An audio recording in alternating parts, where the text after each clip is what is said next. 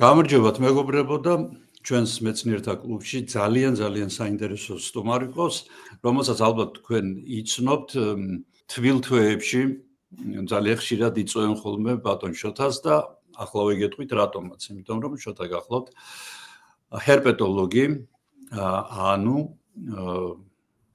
ბიოლოგიის ერთ-ერთი დარგი გახლავთ, რომელიც სწავლობს ქვეწარმავლებს და ამფიბიებს, მაგრამ შოთას ძირითადი პროფესია მე მგონი უფრო სერპენტოლოგია რა, ანუ გველები, ესეც ვიწრო სპეციალიზაცია არის გველებისკენ მიმართული, ძალიან საინტერესო თემა, რომელიც თქვენ ყოველთვის გაინტერესებთ ხოლმე და აი უკვე დადგა დრო რომ პროფესიონალს დაველაპარაკოთ ამ თემაზე. გამარჯობა შოთა, ძალიან მიხარია რომ ხარ ჩემი სტუმარი და მე მინდა რომ ორი სიტყვით მოგვიყვე იმაზე თუ სად მუშაობ, რას აკეთებ და შემდეგ უკვე გადავიდეთ კონკრეტულად იმ თემებზე, რომლებიც ალბათ ჩვენს მაყურებელს ყველაზე მეტად აინტერესებს.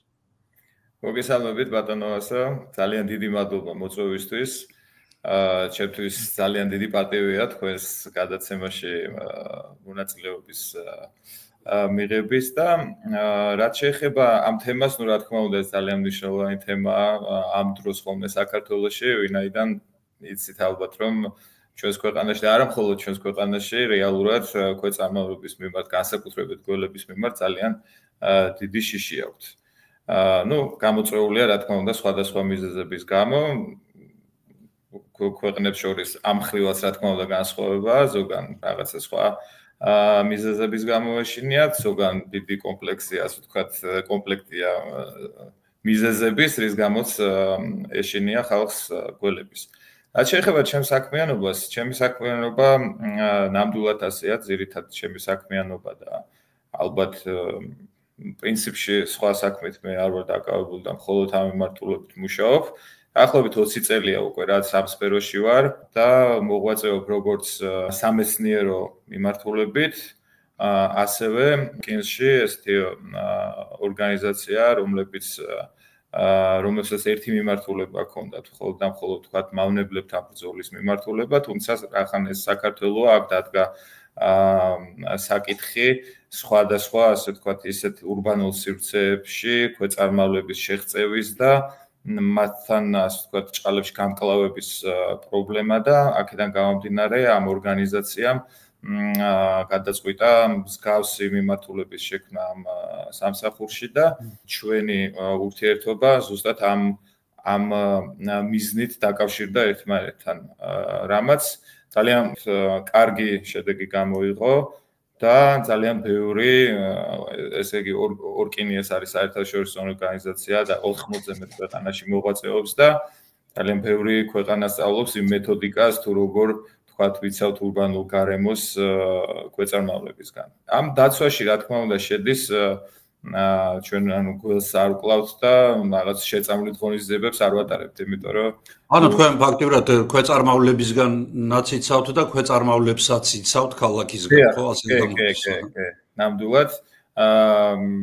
ჩვენი მეთოდი არის დაჭერა გაყვანის ზომები და ასევე პრევენციული ღონისძიებები, თქვათ, გონივრულ რადიუსში, ასე პერიმეტრში, ამ ტერიტორიიდან, თქვათ, რაღაც 10 მეტრის მანძილზე, სიტყვაზე, შიდა სივრცეს ესე გაწმენდა ქვეწარმავალ გველებისგან და გონივრული, აი ვთქვათ, გარე ღობისგან 10-20 მეტრის რადიუსში ამ, ვთქვათ, შემოსული გველების დაჭერა გაყვანა და იმ ტერიტორიებზე შემდეგ გაშვება, სადაც კონკრეტული ის სახეობა ბინადრობს, ანუ ხო გესმით, თქვათ, გიურზას თუ დაიჭერ, არ უნდა გაუშვა ეს იმაში, სადღაც დასავლეთში, ხო? ან ცხეთაში, ან სადღაც, ხო, უნდა გაუშვა ისეთ ადგილას, სადაც ის ბინადრობს და ისე ურბანულ სივრცეში არ უნდა გაუშვა, რა თქმა უნდა, ბუნებრივ არეალში, დაცულ ტერიტორიებზე. შეწამლითი ღონისძიებები და მსგავსი ქმედებები ჩვენი მხრიდან არ კეთდება, ვინაიდან თქვენს მოგეხსენებათ, რომ ქვეწარმავლობის საწინააღმდეგო რაიმე საშუალება დამაფრთხობელი ან რაღაცა ესეთი არ არსებობს. აქედან გამომდინარე ვიყენებთ ჩვენ ცოდნას, ჩვენს პრაქტიკას და ამ ცოდნა და პრაქტიკაზე დაყრდნობით ვახდენთ მსგავს აღშვა. სამეცნიერო მიმართულებას რაც ეხება, ეს არის როგორც სერპეტოლოგების სურვილი, უფრო მეტად შევისწავლოთ საქართველოში განსაკუთრებით შხამიანი გველების გავრცელების არეალები და მათი პრობლემები და სხვადასხვა ნიუანსები, ასევე თანამშრომლობთ ილიანთან, ძალიან ახალგაზრდა კარგი ჯგუფი ყავს ამ მიმართულებით უნივერსიტეტს და თანამშრომლობთ ძალიან წარმატებულად, ძალიან კარგად ინფორმაციების, ახალი ლოკაციების, ექსპედიციების თვალსაზრისით და საერთაშორისო მე მგონი გენეტიკური კვლევის ხო, ეს უკვე ამას უკვე კერძოდ ილიანი იღებს თავის თავზე და უკვე ამ პროცესებს ის აწარმოებს. ასევე თანამშრომლობთ კორნად მებერტიესტი შვეიცარიელი მეცნიერი ძალიან ძლიერი ამ დარგში და ხშირად მასთან ერთად ვახდენთ ხოლმე ექსპედიციებს და ისევ გველგესლების მიმართულებით თავისთავად და არის რაღაცა ისეთი საინტერესო გასვლები, რომლებიც რაღაცა კონკრეტულ ინფორმაციებს გვაძლევს ხოლმე, ვთქვათ, იმ მიმართულებით, რომ კერძოდ იმ ზონაში არ ფიქსირდებოდა არასდროს, ანუ მონაცემები არ იყო ამ გველების იქ გავრცელების შესახებ, თუმცა რეალურად ყოფილა იქ გავრცელებული და ხო, ეს საინტერესო საკითხია, რატომ ახლა ბევრი როგორც თქვენ თქვით რომ ვსწავლობთ მათ ბიოლოგიას, ანუ როგორ მრავლდებიან, რით იკვებებიან. ნათია კოპალიანი ალბათ იცით, ნათიასთან მქონდა წინა ინტერვიუ და იქ იყო ესე ტურებზეც ვისაუბრებდა, ტურის რით იკვებება და იქ რამდენიმე ადამიანმა დაწერა რაში გაინტერესებთ რით იკვე, გასაწყვეტები არიან ტურები, ნუ კარგი გასაგებია, თქვა შეიძლება გასაწყვეტებია, შეიძლება არა. ის თუ რით იკვებება, თქვა ცხოველი, სად ბინადრობს, სად შეიძლება შეხვდეს და ეს თუ არ შევისწავლეთ ჩვენ, რა თქმა უნდა, მათთან ვერც ურთიერთობას დადებიც ვერ მოახერხებთ და ვერც უარყოფით. ამიტომ ხოლმე ამას უფრო მაყურებლებისთვის ვამბობ, რომ შემდეგ კითხვები არ გაჩნდეს. ნებისმიერი ცხოველი იქნება ეს პირველ რიგში ალბათ ისეთები, რომლებიც ჩვენი ჯანმრთელობისთვის არიან საშიში, ისინი არიან ყველაზე კარგად შესასწავლი, იმიტომ რომ რაღაცნაირად შევეგუოთ მათთან ერთად არსებობას, ან თქვა შევამციროთ ის ზარალი, რომელიც მათგან შეიძლება მოდიოდეს. შოთა მე მაინტერესებს ჩვენი რეგიონი ზოგადად კავკასია, სამხრეთ კავკასია არის უნიკალური ესეთი ალბათ ბიომრავალფეროვნების მხრივ, იმიტომ რომ ამდენი სახეობის თუნდაც ქვეწარმავალი რაც ჩვენთან არის, ვიღაცების გულის გასახეთ ვისაც არ უყვარს ქვეწარმავლები და ჩვენთვის ბიოლოგებისთვის და ბუნების მოყვარულებისთვის სამოთხე უბრალოდ რამდენი სახეობა ყავს დღეს ცნობილი გველების, იმიტომ რომ სულ იცვლება ეს გენეტიკური იცვლება დღემდე არის ხო არ ვიცით მაგრამ დაახლოებით კი დაახლოებით წინა თემაზე რაზეც საუბრობდით დავამატებ ერთ-ორ სიტყვას სანამ ჩაწერას დავიწყებდით ჩვენ საუბრობდით გერმანიაში ასე ვთქვათ დღევანდელ ვითარებაზე ბიომრავალფეროვნების კუთხით ხო ანუ აი ზუსტად ეს მოხდა იქ რაც შეიძლება საბოლოოდ მოხდეს ნებისმიერ ქვეყანაში ხო როცა არის ანუ მე ვამბობდი რომ განულებულია ფაქტიურად ბიომრავალფეროვნების ვერაფერს ვერც გველს ვერც ხვლიკსო ვერც ბაყაყს ვერც მწერს შეიძლება ვერ შეხვდე ბუნებაში, რაც არამხოლოდ იმ ადამიანების პრობლემაა, რომელსაც თქვათ უყვარს ბუნებაში მრავალფეროვნება, არამედ იმ ადამიანებისთვისაც დიდი პრობლემაა, ვისაც ეშინია თუნდაც მათი, ხო? იმიტომ რომ ეს ეკოსისტემაში იწვევს ძალიან ბევრ ნეგატიურ უარყოფით შედეგებს, ხო? ამიტომ რა თქმა უნდა ყველაფერს უნდა გავუფრთხილდეთ და აქედან გამომდინარე ყველა არსება ის კი რაც კი ბინადრობს ჩვენ ქვეყანაში თუ მთელ პლანეტაზე შესაბამისად უნდა შევისწავლოთ და შესაბამისად უნდა მოვეყროთ მათ იმისათვის რომ არ მოხდეს რაიმე ნეგატიური ჩარევა და ამ ნეგატიური ჩარევის გზით საბოლოოდ რაღაცა სერიოზული ეკოლოგიური კატასტროფის ზღვარამდე მისვლა, ხო? ეს აი გერმანია თქვენ აი მაგალითად თქვით და ხო, გადავალ ახლა თემაზე რაც ეხება საქართველოს გველებს, ხო? დღესდღეობითაც რამდენიმე სახეობის გველგესლა ყავს, რომელზეც მიდის სხვადასხვა მოსაზრებების გაცვლა გამოცვლა და დავები რეალურად ერთ და იგივე სახეობა თუ სხვადასხვა სახეობა თუ რაღაცა კიდევ ქვესახეობა, მოკლედ მთელი ამბებია ამ გველგესლების გარშემო.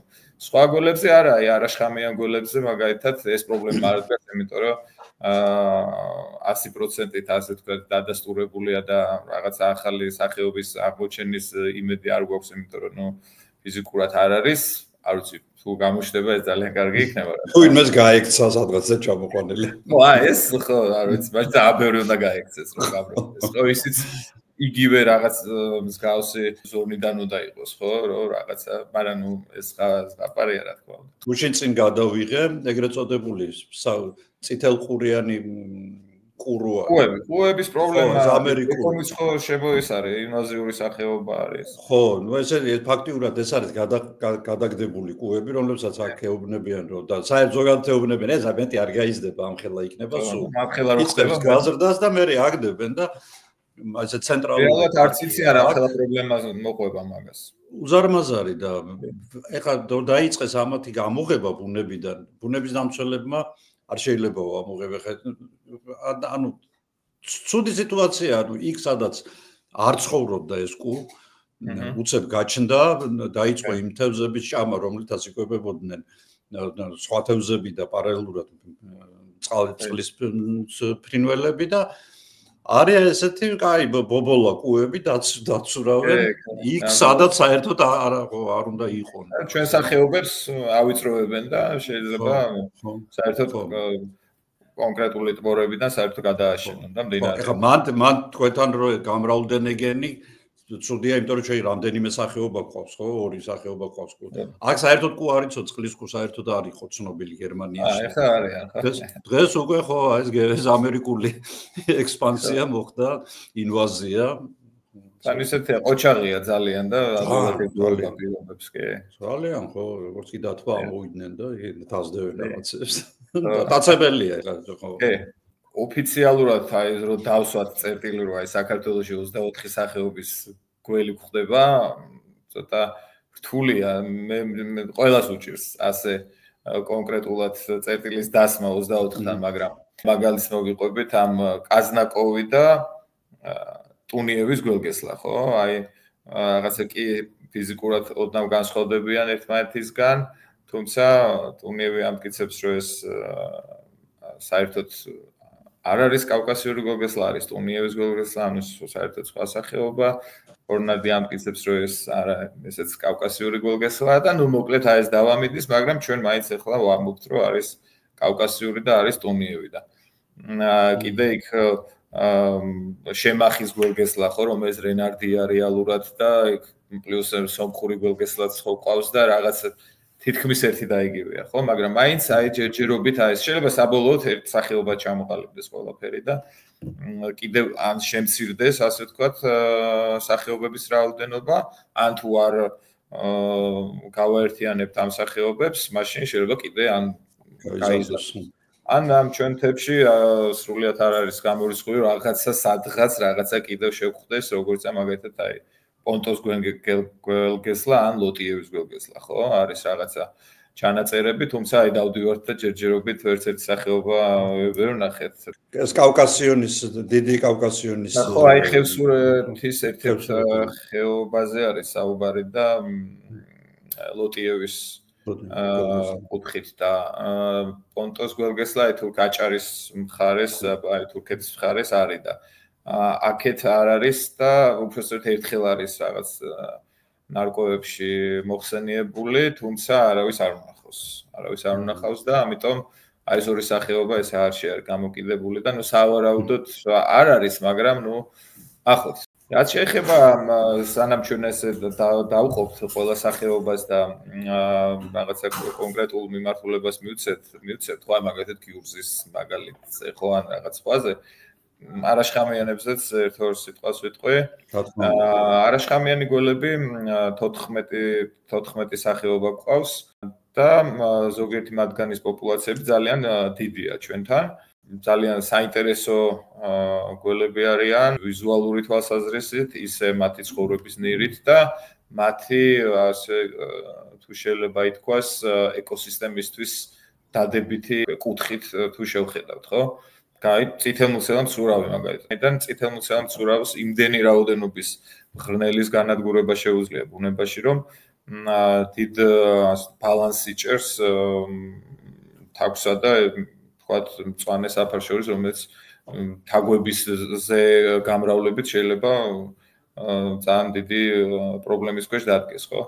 ნუ გიურზაც ანალოგიურად დიდ საქმეს აკეთებს იქ, სადაც ბინადრობს და ნუ კიდევ სხვა ბევრი ესე ვთქვათ, რომ წითელმუცელამცურავი არ არის შხამიანი, უბრალოდ არის საკმაოდ აგრესიული გველია, მაგრამ ყოჩაღი გველია, ყოჩაღი გველია, საკმაოდ დიდი და გამოჩეულია თავისი გაბარიტებით, თავისი ვიზუალით, თავისი ხასიათით, ისეთი ვისაც ეშინია მართლა შეიძლება შიში მოგვაროს მის ერთი ნახვით არა მხოლოდ იმიტომ რომ გველია, ხო? არამედ მის ხასიათიც ისეთია, რომ შეიძლება შეგაშინოს, იმიტომ რომ თავდასხმაზე გადმოდის, ძალიან მაღალზე იწევა, ნახტომებს აკეთებს, პირს ხსნის, შიშინებს და ნუ მთელი პროცესები ბევრჯერ შეიძლება გადმოხდეს შენსკენ და რაღაც ეს შაბეჭდება დატოვოს, რომ ეს არის ძალიან შხამიანი გველი და ნუ არის კახეთში მაგალითად კავკასიურ გველგესლას ეძახიან ამ სახეობას. დღემდე ვამტკიცებ კახეთში რომ ხვდები ხოლმე რომ ეს არ არის კავკასიური გველგესლა, ეს არის წითელმუცელამცურავი, რომელიც არანაირ ეხმარებათ თქვენ მოსავლის შენარჩუნებაში. არანაირ საფრთხეს არ წარმოადგენს, შხამიანი არ არის, ნუ ზოგი იჯერებს, ზოგი არა. ამ მიმართულებით სხვათა შორის დღეს შედარებით უკეთესი სიტუაცია გვაქვს. მეც ახლა თქვენ ახსენეთ რომ ძალიან ხშირად მონაწილეობდი და მონაწილეობ გადაცემებში და ყოველ ვცდილობდი რომ არასდროს უარს არ ვიზახი, იმიტომ რომ თუ შემიძლია რომ რაღაცა ცოდნა მივაწოდო ამ მიმართულებით ხალხს, ამაზე კაი რა უნდა იყოს, ხო? ხო და რაღაცა, ნუ არ ვიცი ხა ამ რამდენად იმოქმედა ხალხზე, მაგრამ ნუ ტრეინინგები იქნებოდა თუ აი მონიტორინგში რომ მუშაობდი ამ მიმართულებით ხალხთან შეხვედრების დროს ამას ხსნიდი რეალურად რომ ეს არ არის რაც თქვენ გონიათ, ხო, უკვე გველები არ არიან ისეთები რომელსაც როგორცაც თქვენ წარმოიდგინეთ. ეს დამოკიდებულება მე ეს ცოტა უკვე თან თითქმის მე ვიყავი მარტო ჩემ ასაკში, ვინც ამ მიმართულებით აქტიურობდა და ჩანდა და შემდეგ უკვე რომ წამოვიდა ეს ახალგაზრდა თაობა ილიაონის სტუდენტებს გულისხმობს ძალიან კარგი ვარია, ზოგი უფრო დიდ გზას ადგას და ზოგი ახლა იწყებს სტუდენტობას, ხო? და შეიქმნა ჯგუფები, რომლებიც ძალიან დადებითი შედეგი გამოიღო ამ კუთხით, ხო? აი როგორიც არის მაგალითად საქართველოს ველური ბუნება, რეპტილიები საქართველოში, ხო? იქ მაშინ მეც ვარ. ხო და მაინც აი განათლების კუთხით ამანაც ძალიან კარგად იმოქმედა. ყოველ შემთხვევაში 20% რო დაიწია, ეს უკვე კარგია, ხო ხდებით? ახლა ეჭვმეპარება რომ საბოლოოდ გაქრეს ისეთი ადამიანი, ვისაც გველის შეეშინდება, ხო? მაგრამ ანუ ისიც უკვე კარგია, რომ ბევრი ადამიანი, ვისაც ეშინოდა, აღარ ეშინია.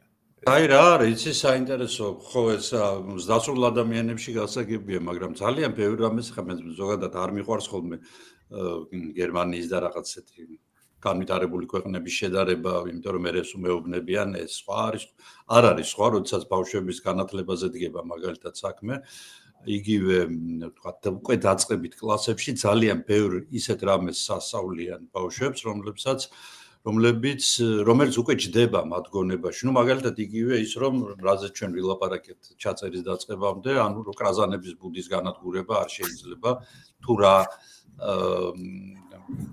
მოაქვს მას, იგივე ვთქვათ ბაღაკი შეგიძლია ვთქვათ თუ დაიჭერ მეჭეჭები არ გამოგივა, მაგრამ ჯობს არ დაიჭირო, იმიტომ რომ ბაღაკს ეს ადგილი უკავია, მსგავსი ესეთი ადგილი. და მე მოვყევი კიდეც ჩაწერამდე, რომ აქ თლიანად უზარმაზარი დასახლების ბუბნის მშენებლობა გაჩერდა იმის გამო, რომ იქ სადღაცა ბაღაკები ბაღების ბაგაბაღია ისაც ისინი ქვირიწყრიან. ხო და აი თქვათ აი ეს ამაღლება ცნობიერების იგივე შამიანი იქნება თუ შამოგველების შესახებ იგივე ბევრი ცხოველი ყავს შენ ისეთი აი ტაბუირებული კი არა აი რომელსაც გვეშინია ხო იგივე ღამურები რომლებიც თმებში ვაფრინდებიან და მე ვეღარ იგლიჩავ ხო ამ დროს საერთოდ არ აინტერესებს ღამურას არ შენი თმები და მithumetes არც კლანჭები აქვს რომ შიგ ჩაგაფრინდეს ხო თქვათ კიდე რაღაცა სხვა ცხოველები დაგეჯახოს ესეც ეს არის რა ქვია ხო ნუ უნდა იჩალიჩო რომ ხო და აყრუან რაღაცა უკნა და მე დაგეჯახება ხო ხო რაღაც იქ ტრიტონების გვეშინია და გომბეშოცხელი არ მოკიდო გვეშინია რაღაცა ეს ბავშვობიდან გვინერგავენ ამას თითქოს ხო რომ აი ყველაფერი ეს რაც მოძრიგა ობობები ყველა საშიშია და ყველა კლავს და მორიელი და ამ დროს კრაზანის ნაკმენი უფრო ძლიერია ვიდრე ჩვენი მორიელის ასე რომ ნუ იქ რა თქმა უნდა ალერგიულ რეაქციებზე არ ვამბობ ისაც ალერგია აქვს რა თქმა უნდა ხო და ეს რომ აი ეს განათლება რო თქვა იგივე სადღაც ქვემოდან რო დაიწყოს უფრო გაადვილებული ხო არ იქნება ვიდრე ხო აი ხლა მაგალითად სკოლებშიც ვატარებ ტრეინინგებს საშუალო ასაკის ადამიანებთანაც და დიდებთანაც და გამოიკვეთა ყველაზე დიდი პრობლემა ზუსტად ერთ ქვერაზეც საუბრობთ ბავშვობიდან ჩანერგვა შიშების გინდა ბაყაყი, გინდა ღაბურა, გინდა გველი, ხო? აი თითქმის ყველგან იკვეთება ეს სურათი. ბავშვებში როცა მაქვს ხოლმე გაკვეთილი, რო ვეკითხები ეს ინფორმაცია საიდან გაქვს, საიდან გაგიჩნდა ეს აზრი, რო ვთქვათ, შეიძლება ყველაზე ესეთი რა ვთქვა, ქვაზე ტოვებდეს გველი შხამს, ხო? ან ყველა გველი შხამიანია. საიდან და დედიკო მითხრა, მამიკო მითხრა, ხო? ნუ ავტორიტეტი ვინც არის იმისთვის. 5 წლამდე თუ არ ვსდები, მეგონა რომ გველი მართლა ტოვებდა ქვაზე შხამს, იმიტომ რომ პირველად მაგასაკში დავიჭირე ლისის ტბაზე, წყლის აკარა და წყალში რახან იყო მეგონა რომ არ იყო შხამიანი.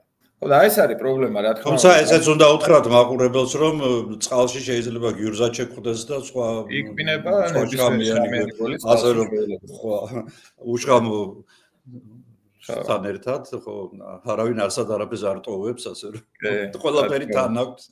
კი. ხო და ესეთი სიტუაცია ბავშვობიდან უნდა ხდებოდეს რა თქმა უნდა სკოლის ასაკიდან შეიძლება უფრო პატარა ასაკიდანაც ხო რაღაცა დრო მაინც უნდა დაეთმოს იმის შესწავლაზე თუ რეალურად რა სარგებელი მოაქვს ბუნებას ხო რა გვხდება საერთოდ ბუნებაში რა არსებები არიან ხო მათ შორის გველები და სხვა დანარჩენი ხო და რაღაცა მცირე რაღაცა მონახაზი უნდა კონდეს და წარმოდგენა ბავშვს და ამის მერე უკვე ჩამოუყალიბდება შედარებით უფრო საღი აზრი ცოცხალ არსებებზე ხო ესეა და რა ვიცი ჯერჯერობით ამ მიმართულებით ძრები დიდი არ აქვს მე რამდენადაც მაქვს სოდომა და შეხება არ მიდის. ხო ეს არ უნდა იყოს ალბათ მე ვფიქრობ ეხა ერთეული ადამიანების კი არა ეს რაღაცა პროგრამა უკვე სახელმწიფო იყოს იმიტომ რომ მართლაც ჩვენ ეხა არაფერი არ გვაქვს. გარდა იმისა რომ ლამაზი პეიზაჟები გვაქვს და გვაქვს უნიკალური ბიომრავალფეროვნება მე სულ ამას ვამბობ რომ ჩვენი უზარმაზარი სიმდიდრეა ეს იგივე ნატურას რომ აანთები სოფელში და 200 სხვადასხვანაირი ხოჭო და პეპელა რომ მოფრინდება ეს ბევრისთვის შემაწუხებელია მაგრამ აი ზოგადად ეკოსისტემის ჯანმრთელობას ნიშნავს ეს ნიშნავს იმას რომ ჩვენთან არის უამრავი და იმ უამრავი მწერიდან შეიძლება ნაწილი საერთოდ აღწერილიც არ იყოს და ახალი სახეობა იყოს და რამდენი სახეობა წერი აღმოაჩინეს ხო ჩვენება უამრავი ბევრი რაც შეუსწავლელი იყო საერთოდ სოფლიოში ლოკოკინებიც რა ვიცი ბევრი ხერხემლოები ძალიან ბევრი საინტერესო და ეს ყველაფერი ჩვენი სიმდიდრეა რომელიც მილიონობით წლების განმავლობაში ყალიბდებოდა და ჯერჯერობით ეს ბედნიერება გვაქვს და აი ხა ვიყავი აი მაგაზე გამახსენდა ჩვენ სიმდიდრეზე ზუსტად ჯავახეთის ან მესხეთის მთებში. მე და ბატონი კორნარდი ვიყავით, გადასულები მხოლოდ იმდენად რთული რელიეფი იყო და იმდენად საშიში, რომ საშიში ანუ გავლის თვალსაზრისით, რომ მხოლოდ ჩვენ წავედით და არ წავიყოლეთ ახალგაზრდები და მეც ეხლა სად არ ვარ ნაყოფი, მაგრამ ისეთი პეიზაჟი იყო იქ, დაუდგმელი ადამიანის ფეხი არ იყო მოხვედრილი და ესე ნაზვები, რაღაც სასწაული გარემო იყო, მოკლედ და ვეუბნები, რომ ესე იგი ხო შვეიცარიელია და აი როგორ გავს ხო მე ვთხარ შვეიცარიას რა, ეხლა შვეიცარიაში არ ვარ ნაყოფი, მაგრამ ყველა ვიცით მისი პეიზაჟები და მისის ხო. რას ლაპარაკობო, ესე იგი რა ის შვეიცარიაო? შვეიცარიაში მაგალითად რო გაიხედებიო ესეთ პეიზაჟს ვნახავო, ყველგან არისო ადამიანის ხელიო ჩარეული. ყველგან რაღაცა უნდა დადიოდეს ტრანსპორტი რაღაცა აი ნაგვისყუთი აუცილებლად უნდა იდგეს ტუალეტი აუცილებლად უნდა იყოს რაღაც ტოტი არის ზედმეტი უნდა თქვენთან არის ხელშეუხებელიო ბუნების აი ესეთი ადგილები ხარ თბილისის გვერდზე არ გულისხმობ ხო აი კავკასიონის მთებში და ჯავახეთის და ხო აი იმ ხელას იმდიდრე გაქვთ რა ის შვეიცარიაო აი ეს არის ეს და ამიტომ წდება მე გული როდესაც ყველაფერს რაღაც დავიწყეთ ჩაბეტონება და რაღაცების აი ეს იგივე დაშბაშის კანიონზე რაღაცა საოცრებად ვაშენდა ეს ბირთვისაც შეუტია ეს ბირთვის ხო ეხა ბირთვისის პროექტი ვნახეს გული გამისკდა ეს რაღაცა და ეს ზიპლაინი ამ ოხერმა გერმანელებმა რა ჯანდაბად მოიგონეს ესე იგი მთელი საქართველოს გადააქციეს ზიპლაინი აბაშის ხეობა ეს მარტვილის და იმის კანიონი ხო საერთოდ ზიპლაინებად აქციეს საიდაც გაიხედავ ზიპლაინია ხო და ამ ხალხის მოგონილია ეს ზიპლაინი ამ ხალხის მოგონილია ბუნების დაცვა და ამ ხალხის გრანტებით ვაარსებდით ეროვნულ პარკებს ვვებში 23 წლის განმავლობაში სანამ მე ვმუშაობდი და მეც ახლაც უამრავი საქმე კეთდება ხო ამ გერმანელების ფულები არ არის აქ არსად გადიხარ ბუნებაში არის პატარ-პატარა დაცული ტერიტორიები და მაქსიმუმი რაც არის გაკეთებული ეს არის დაფა სადაც ხატია რამ სცენარეებია რაც ხოველები შეიძლება შეხვდეს ხო დაუბრუნდეთ გველებს და დაუბრუნდეთ ერთ ძალიან საინტერესო ფაქტს რომელიც შარშან მოხდა სწორედ წითელმუცელავ მცურავებთან დაკავშირებით მე მგონი თქვენც იღებდით იმაში მონაწილეობას რომ აღმოჩნდა მათის გამოსაზამთრებელი ხო აი თქვენ უკეთესად მოყვებით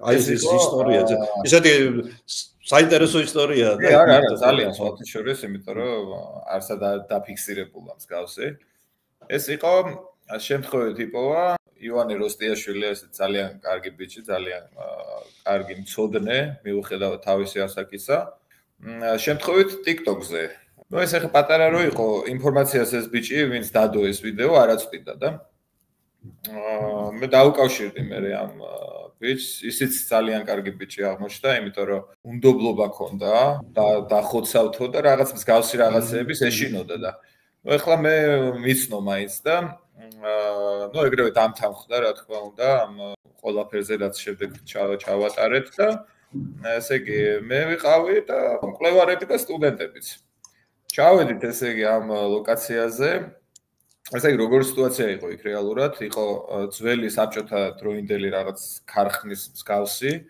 ახდედნენ ახალი შენობების აშენებას და რაღაცა საწარმოს გაკეთებას მოკლედ ყველაფერი თითქმის ყველაფერი გაკეთებული ქონდათ და ერთ ადგილას იყო პატარა საძირკველი დარჩენილი და იმ საძირკველზე გააკეთეს ახალი რაღაც დაასხეს ამოაშენეს კედლები და ძირის მოსუფთავება რო დაიწყეს დახვდათ ესეთი ლუკი ჭის სახურავი მოკლედ ხო და ეს რო ახადეს ეხლა ახადეს გამოჩნდა ახადეს და შიქრო ჩაიხედეს დახვდათ ესეთი დიდი რაოდენობით წითელმუცელავ მცურავების გამოსაზამთრებელი ადგილი ეხლა მათ ხო არიციან რა იყო ის რეალურად მაგრამ ხო და ჩავედით შემდეგ ჩვენ ეს იყო რაღაც წყლის რეზერვუარივით დროთა განმავლობაში რა თქმა უნდა მან ეს ფუნქცია დაკარგა მილები სადღაც დაზიანდა ადრე თუ გვიან და რაღაცა პერიოდის მერე ამ წითელმუცველა გველებმა ძალიან კარგად გამოიყენეს ესე იგი ზამთრის გასატარებელი ადგილის თვალსაზრისით.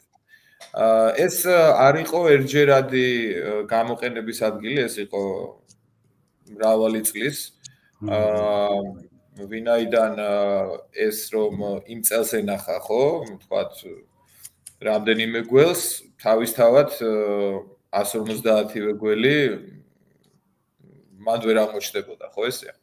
ეს ავარაუდოდ ერთი 20-30 წლის გამოყენებადი ადგილი იყო მათთვის და საკმაოდ ისეთი დიდი პოპულაცია დაგვხვდა და დაახლოებით უმეტესობა იყო დასული როგორ ახლა გველის დას არასდროს არ ასრულებს, მაგრამ ასე ვთქვათ დიდი ზომების.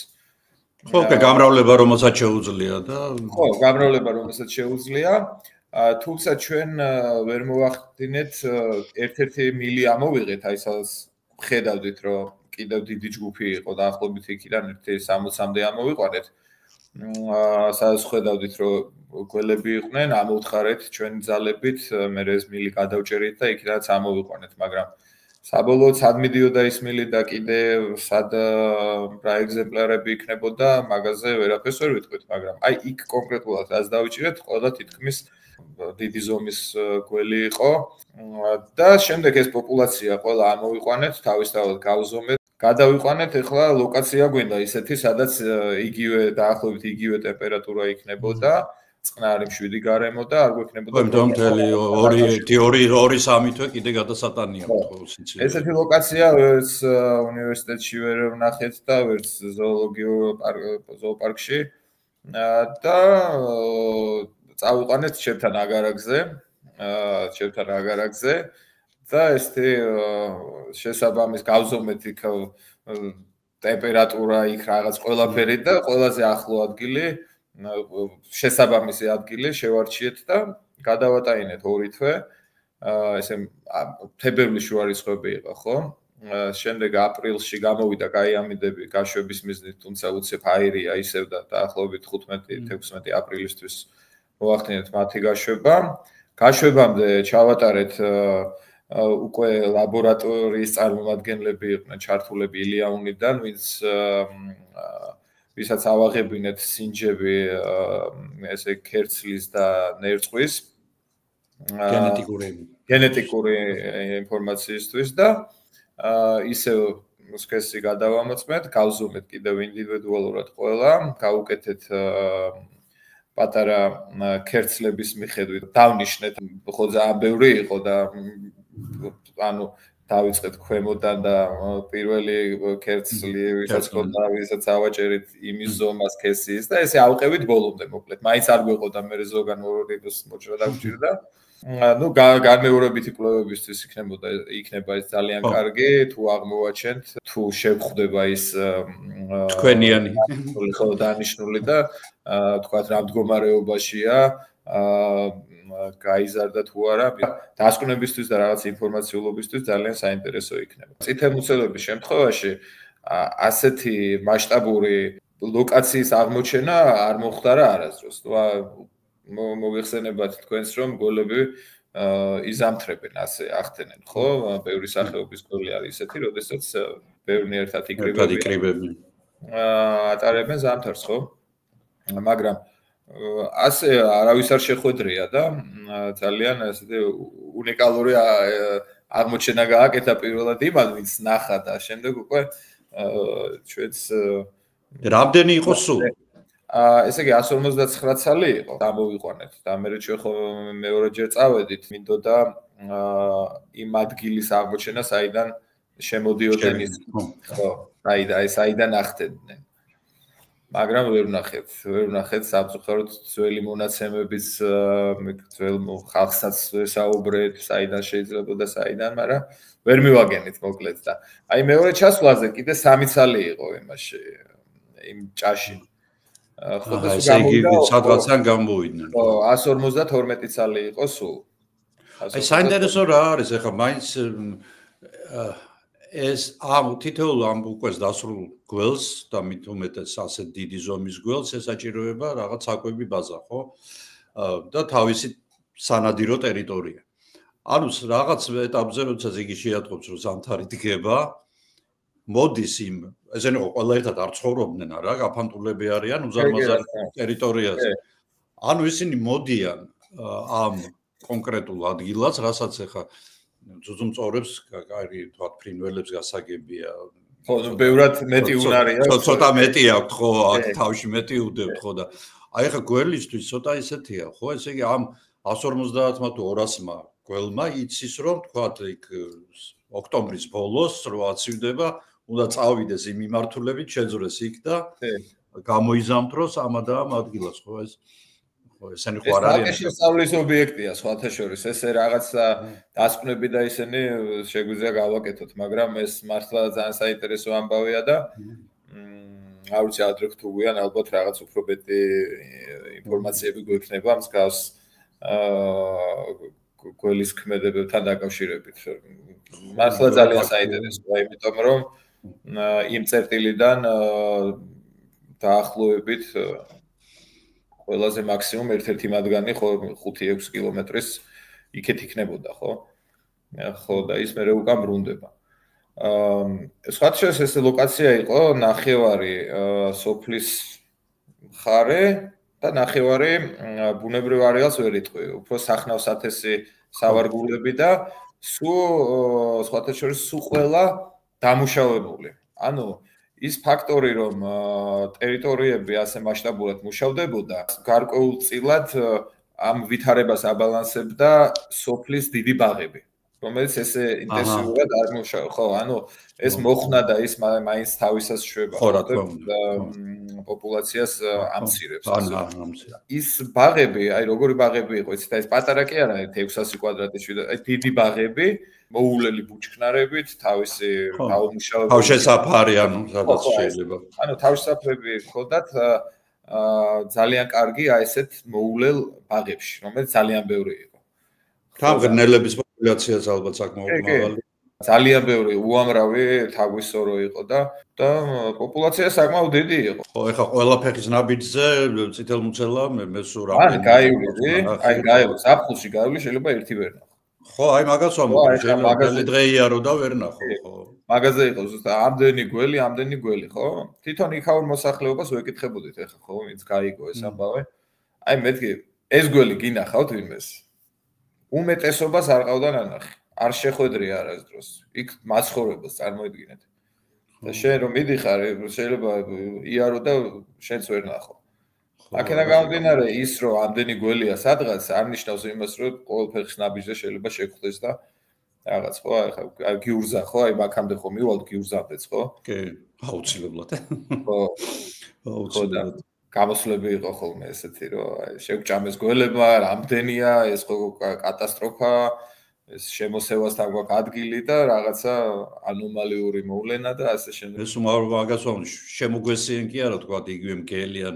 ჩვენ შევესიეთ და ჩვენ დავიკავეთ მათი საცხოვრებელი ადგილი და უბრალოდ შიგადაში გუნდებათ ხოლმე. ეს ადამიანის და ცხოველის კონფლიქტი ალბათ სავარაუდოდ სულ იქნება, მაგრამ ღვიმიდან დაწყებული და იწყო კონფლიქტი, ხო. საინტერესო გველი ყავს ჩვენ ერთი, აი რომელიც თქვენ უკვე ახსენეთ, ეს არის კაზნაკოვის გველგესლა, ხო, ალბათ ერთ-ერთი ყველაზე ლამაზი გველგესლა ყოველ შემთხვევაში ჩრდილოეთ ნახევარსფეროში და ეს ჩვენი ბუნების სიმდიდრეა. მე სადაც მინახავს, ეს არის მტირალას ეროვნული პარკი, რა თქმა უნდა ბორჯომხარაგაულის ეროვნული პარკი და კიდე და მე მგონი აფხაზეთში. აი ბორჯომში რომელიც არის, იმას იძახიან რომ ლოტიევი არის რა ეს. აჰა. ეს ხო. წითელი ფერის რომელიც აღმოსავლეთში რომელიც ხდება რა, ცოტა პატარა თავი აქვს ოდნავ და აჰა. ხო, მაგრამ ეს ხო გენეტიკური ანალიზით შეიძლება დადგინდეს. ხო, და გენეტიკური ანალიზით არის რაღაცა ოდნავი აი უმნიშვნელო განსხვავება რომ მაგრამ ამავე დროს ძალიან იშვიათი და ხო. კი. კაზნაკოვის გველგესლა მართლა უნიკალური გველია თავისი ვიზუალური ხარით, ხო? მთელი სოფლიო და ჩამოდიან ადამიანები, აი ვინც მოყვარულები არიან თუ მეცნიერები თუ ფოტოგრაფები, რომლებიც ამ მიმართულებით იღებენ, გიждდებიან ამ გველზე. ეხლა მეც ხო აღიარებ, რომ ეს უნიკალური გველია და ყველანაირი თვალსაზრისით ხო, მაგრამ იმდენი სახეობის და ისეთი გველები ყავთ ადამიანებს ნანახი და მაინც რომ გამოარჩევენ და იძახიან, რომ ერთ-ერთი ულამაზესი გველია ყველა გველს შორის. ეთანხმები რა თქმა უნდა, მაგრამ მე მაინც შეიძლება ესეთ შედარებას ვერ გავაკეთებ, იმიტომ რომ ვთქვათ ბრაზილიაში ამაზონის ხო, ამიტომ თქვი მე ჩtildeეთ ნახევარს ხო, რაღაც შევამცირე არეალი. მართლა გიждდებიან და ძალიან მოსწონთ. რაც შეეხება ამ გველის მდგომარეობას, ძალიან მოწყვლადი სახეობაა, ძალიან პრობლემების წინაშე დგას, ვინაიდან აი ეს კარგი პოპულაციები სადაც ყავდა, ხო? იქ მიდის ისეთი განაშენიანება, სასტუმროების, კერძო, სხვადასხვა სამშენებლო სამუშაოების მოკლედ და ძალიან მცირდება არეალი გავრცელებისაც და სადაც ისინი ბინადრობენ კიდე იქ უკვე გადაშენება რა. თუმცა ესეთი ადგილები სადაც, ნუ აი პირალას თაზეც ხო მაგალითად კი ძალიან ბევრი მოყვარული დადის, ძალიან ბევრი მეცნიერის დადის, თუმცა ესეთი ადამიანების დადიან, რომლებიც მისი დანახვის შემთხვევაში კლავს მას. ხო, ქვას დაავლებს ხელს. ხო, და ესეთი რაღაცები ძალიან დიდ პრობლემას უქმნის ამ სახეობას. ხო, ფაქტურად ერთად არიან კავკასიური სალამანდრაც, რომელიც ასევე ჩემი ერთ-ერთი ფავორიტი ცხოველია, ხო, საოცრებად და ჩვენი. ბოლოს შევხვდა აბასთუმნიდან ზევით. და ის თურქი ჰერპეტოლოგი ყავდა ერთ-ერთი და გადაირია მოკლედ ეს კაციც. ხო, თურქეთშიც არის ხო, მაგრამ აი იქ თუ ნახავ და არ ეგონა რა, ეს მთის გრუნტის მაღალი მანიერი საკმაოდ და მაღალზე, ძალიან მაღალზე ვიყავით. ალპურს და აი ტყის ზონას შორის სადღაცა ესეთ ადგილას. ძალიან გასაფრთხილებელი გველია ეს კავკასიური გორგესლა, ძალიან მოწყვლადია და ჩვენი ჰერპეტოფაუნის, ასე ვთქვათ, ერთ-ერთი ღირსეული წარმომადგენელია. შხამს რაც შეეხება, მისი შხამი ძალიან ძლიერს ვერ ვიტყოდი. და აი ამ ჩვენი გველგესლების გიურზის ქვევით რაც არის, ხო? წყვილქოსანი ის თითქმის ერთი და იგივე სიმძლავრის შხამი აქვს. ყველა ამ გველგესლის დაკბენებთან მქონია შეხება. უბრალოდ არის განსხვავებები, რამდენად სწრაფად იწყებს მოქმედებას. ეფექტურია რა, ანუ როგორ არის, იცით, აი მაგალითად რენარდის გველგესლა, ხო, მაგალითად და დარევსკის გველგესლა.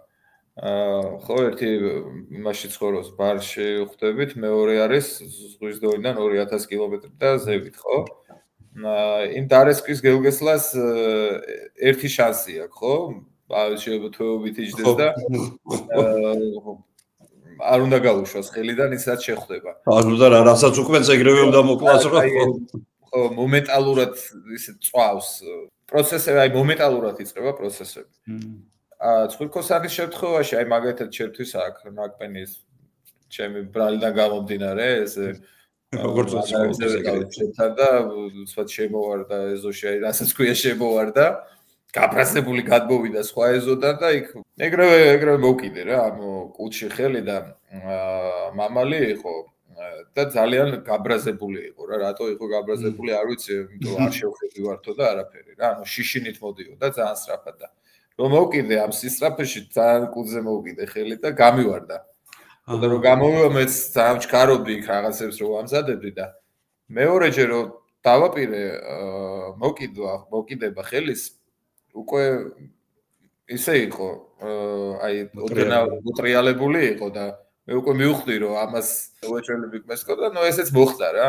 როგორც არ შევემჩნე იქ რა თქმა უნდა პანიკაში არ ჩამეგდო ხალხი და როგორ იყო იცით აი იმ წამსვე აი როგორც ვთქვათ რენარდის შემთხვევაში, ისა დარევსკის შემთხვევაში, დინიკმაც იცის ასე ხო? იმ წამსვე არ დაწყებულა პროცესები რა, რაღაც ერთი 10 წუთი მაინც გავიდა. ნაკბენი საერთოდ აი ერთი კბილის ჩარჭობა მოასწრო. იმ მომენტში ჩანდა და მე არა, აი ვიღაცა რომ მოსულიყო და ეთქვა, აი გველმა მეკვინა, აი ვერ ნახავდი. ხო, აი სულ რო ვიძახით ხოლმე ორი ნაკვენი ან ერთი ნაკვენი იყოს, ხო? არის შემთხვევები, რომ საერთოდ არ ჩანს, აი ჩემ მაგალითზეც, ხო, აი უბრალოდ მე ვიცოდი რომ მეკვინა და იმ მომენტში ერთი წვეთი სისხლი და ეს სისხლი რომ მოვიწმინდა, არც ნაკაწრიც არაფერი აღარ ჩანდა. დაახლოებით 10 წუთის მერე უკვე დაიწყო ეს პროცესები, რასაც უკვე ეს ჰემორაგიული შხამის თვისებები ახასიათებს, ხო, ეს ტკივილი და მე დასიება და მთელი ეს პროცესები ჯირკვლების გადიდება კერდამდე ამოვიდა, მოკლედ აი ეს მთელი ხელის დამიწითდა სისხლძარღვები მქონდა. კარგი დიდი 1-3 ამხელა ხელი გახდა და შეხებაზე ტკივილი მქონდა აი ნებისმიერ ადგილას და სხვა არაფერი, აი სიცხეს აწევაც იცის და თავბრუს ხვევაც და რაღაც ცოტა გავსი პროცესები, მაგრამ ესენი მე არ მქონია პირადად, მაგრამ ვიცი ადამიანებს, ვისაც ამ ყველაფერთან ერთად სიცხეც მიუცია, გულის რევის შეგრძნებების დამარცხება. აქ რაოდენობაც არის ალბათ, ხო? რა თქმა უნდა, აუცილებლად ყველა გველის ნაკბენზე, ხო, შხამიანს გულისხმობ, არის სიტუაციები, თუ რა სიტუაციაში კვენს გველი. ანუ თუ უბრალოდ თავდაცვის მიზნით ჩავარით, ხო, ეს ძალიან იშვიათად ხდება, რომ ესე გავლით უბრალოდ და იქ სადმე წევს და დაგარტყა, ხო, ეს ძალიან იშვიათად ხდება, მაგრამ თუ ხდება ასე დროს ძალიან ცოტას უშვებს შხამს. შეიძლება არ შეუშვას, ხო? არის მომენტი, როცა ვთქვათ, ფეხს ვადგავთ, ხო? ფეხი დავადგით, მაგრამ იმ წამს ვეავწიოთ, ხო? შეიძლება მაგ დროს არ გვიკვინოს, ხო? შეიძლება არ გვიკვინოს, მაგრამ თუ გვიკვინა, ოდნავ მეც შხამს გაუშვებს. თუ დავადექით ზედ და ვერ ხვდებით, ხო? მაშინ რა თქმა უნდა, უფრო ბევრსაც შეუშვებს და შეიძლება ბევრჯერაც დაგვარტყას.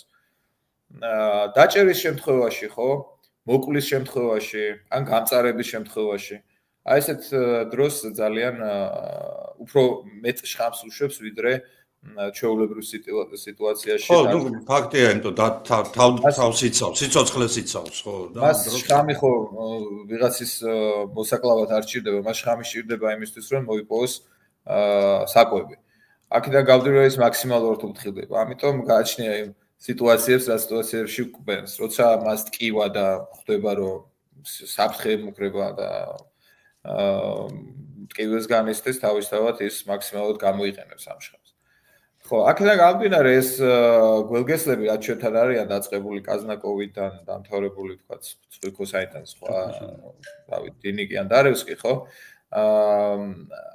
ადამიანებისთვის, ჯანმრთელი ადამიანებისთვის და ამ კონკრეტული შხამების მიმართ ალერგიის არ მქონე ადამიანებისთვის რეალურად დიდ საფრთხეს აწარმოადგენს რა, უბრალოდ ტკივილებით და არასასიამოვნო შეგრძნებებით შემოიფარგლება ეს ამ შხამის მოქმედება ჩვენს ორგანიზმზე. მაგრამ აი ეს უკვე არის რთული სიტუაცია, როდესაც ამ შხამმა შეიძლება გამოიწვიოს ანაფილაქსიური შოკი, ხო?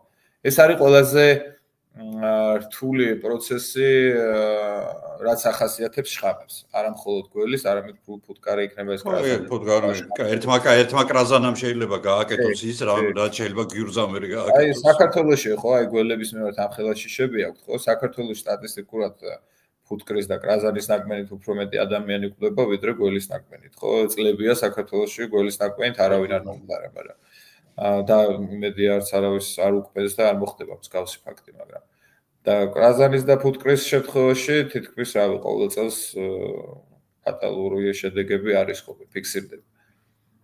აქედან გამომდინარე აი ეს არის რეალურად. თუნდაც გიურზას შხამის შემთხვევაშიც აი ამას უფრო დიდი პრობლემა შეიძლება მოყვეს რა. ვიდრე იმის შხამის მოქმედებას. ნუ ახლა გიურზა უკვე ცოტა სხვა თემაა, მაინც უფრო ძლიერი და უფრო დიდი რაოდენობის შხამის მქონეა და რა თქმა უნდა სხვა პროცესები მიდის, ვიდრე ვთქვათ ცხვრიქოსანის კაზნაკოვის დაკმენის შემთხვევაში, ხო? ასე რომ რეალურად მაინც უფრო ალერგიული მიმართულება საშიში, ვიდრე მისი მოქმედება ადამიანის ორგანიზმზე, როგორც შხამის, ხო, ალერგიის გარეშე რა. შოთა შენ ახსენე ჰემორაგიული, ანუ ჩვენი გველები, ანუ გველგესლები ყველა არის სისხლზე და შინაგან ორგანოებზე ორიენტირებული შხამები შეიძლება ითქვას და ნეიროტოქსინები, რომელიც ჩვენ ნეიროტოქსინის მქონე შხამის მქონე გველები არ ყავს, რამდენადაც ვიცი. ხო, არ ყავს, მაგრამ აი გიურზას შხამის შემადგენლობაში და სავარაუდოდ სხვა გულგესლების შემადგენლობაშიც ოდნავ რაღაც ძალიან მცირე რაოდენობით შეიმჩნევა, ხო?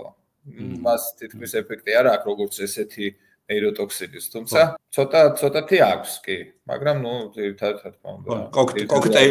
კოქტეილის შემადგენლობაში ოდნავ 95% ჰემორაგიულია კი. ხა შხამიან გველებზე ეს შევკრათ ჩვენ ერთ მუშტად ასე ვთქვათ.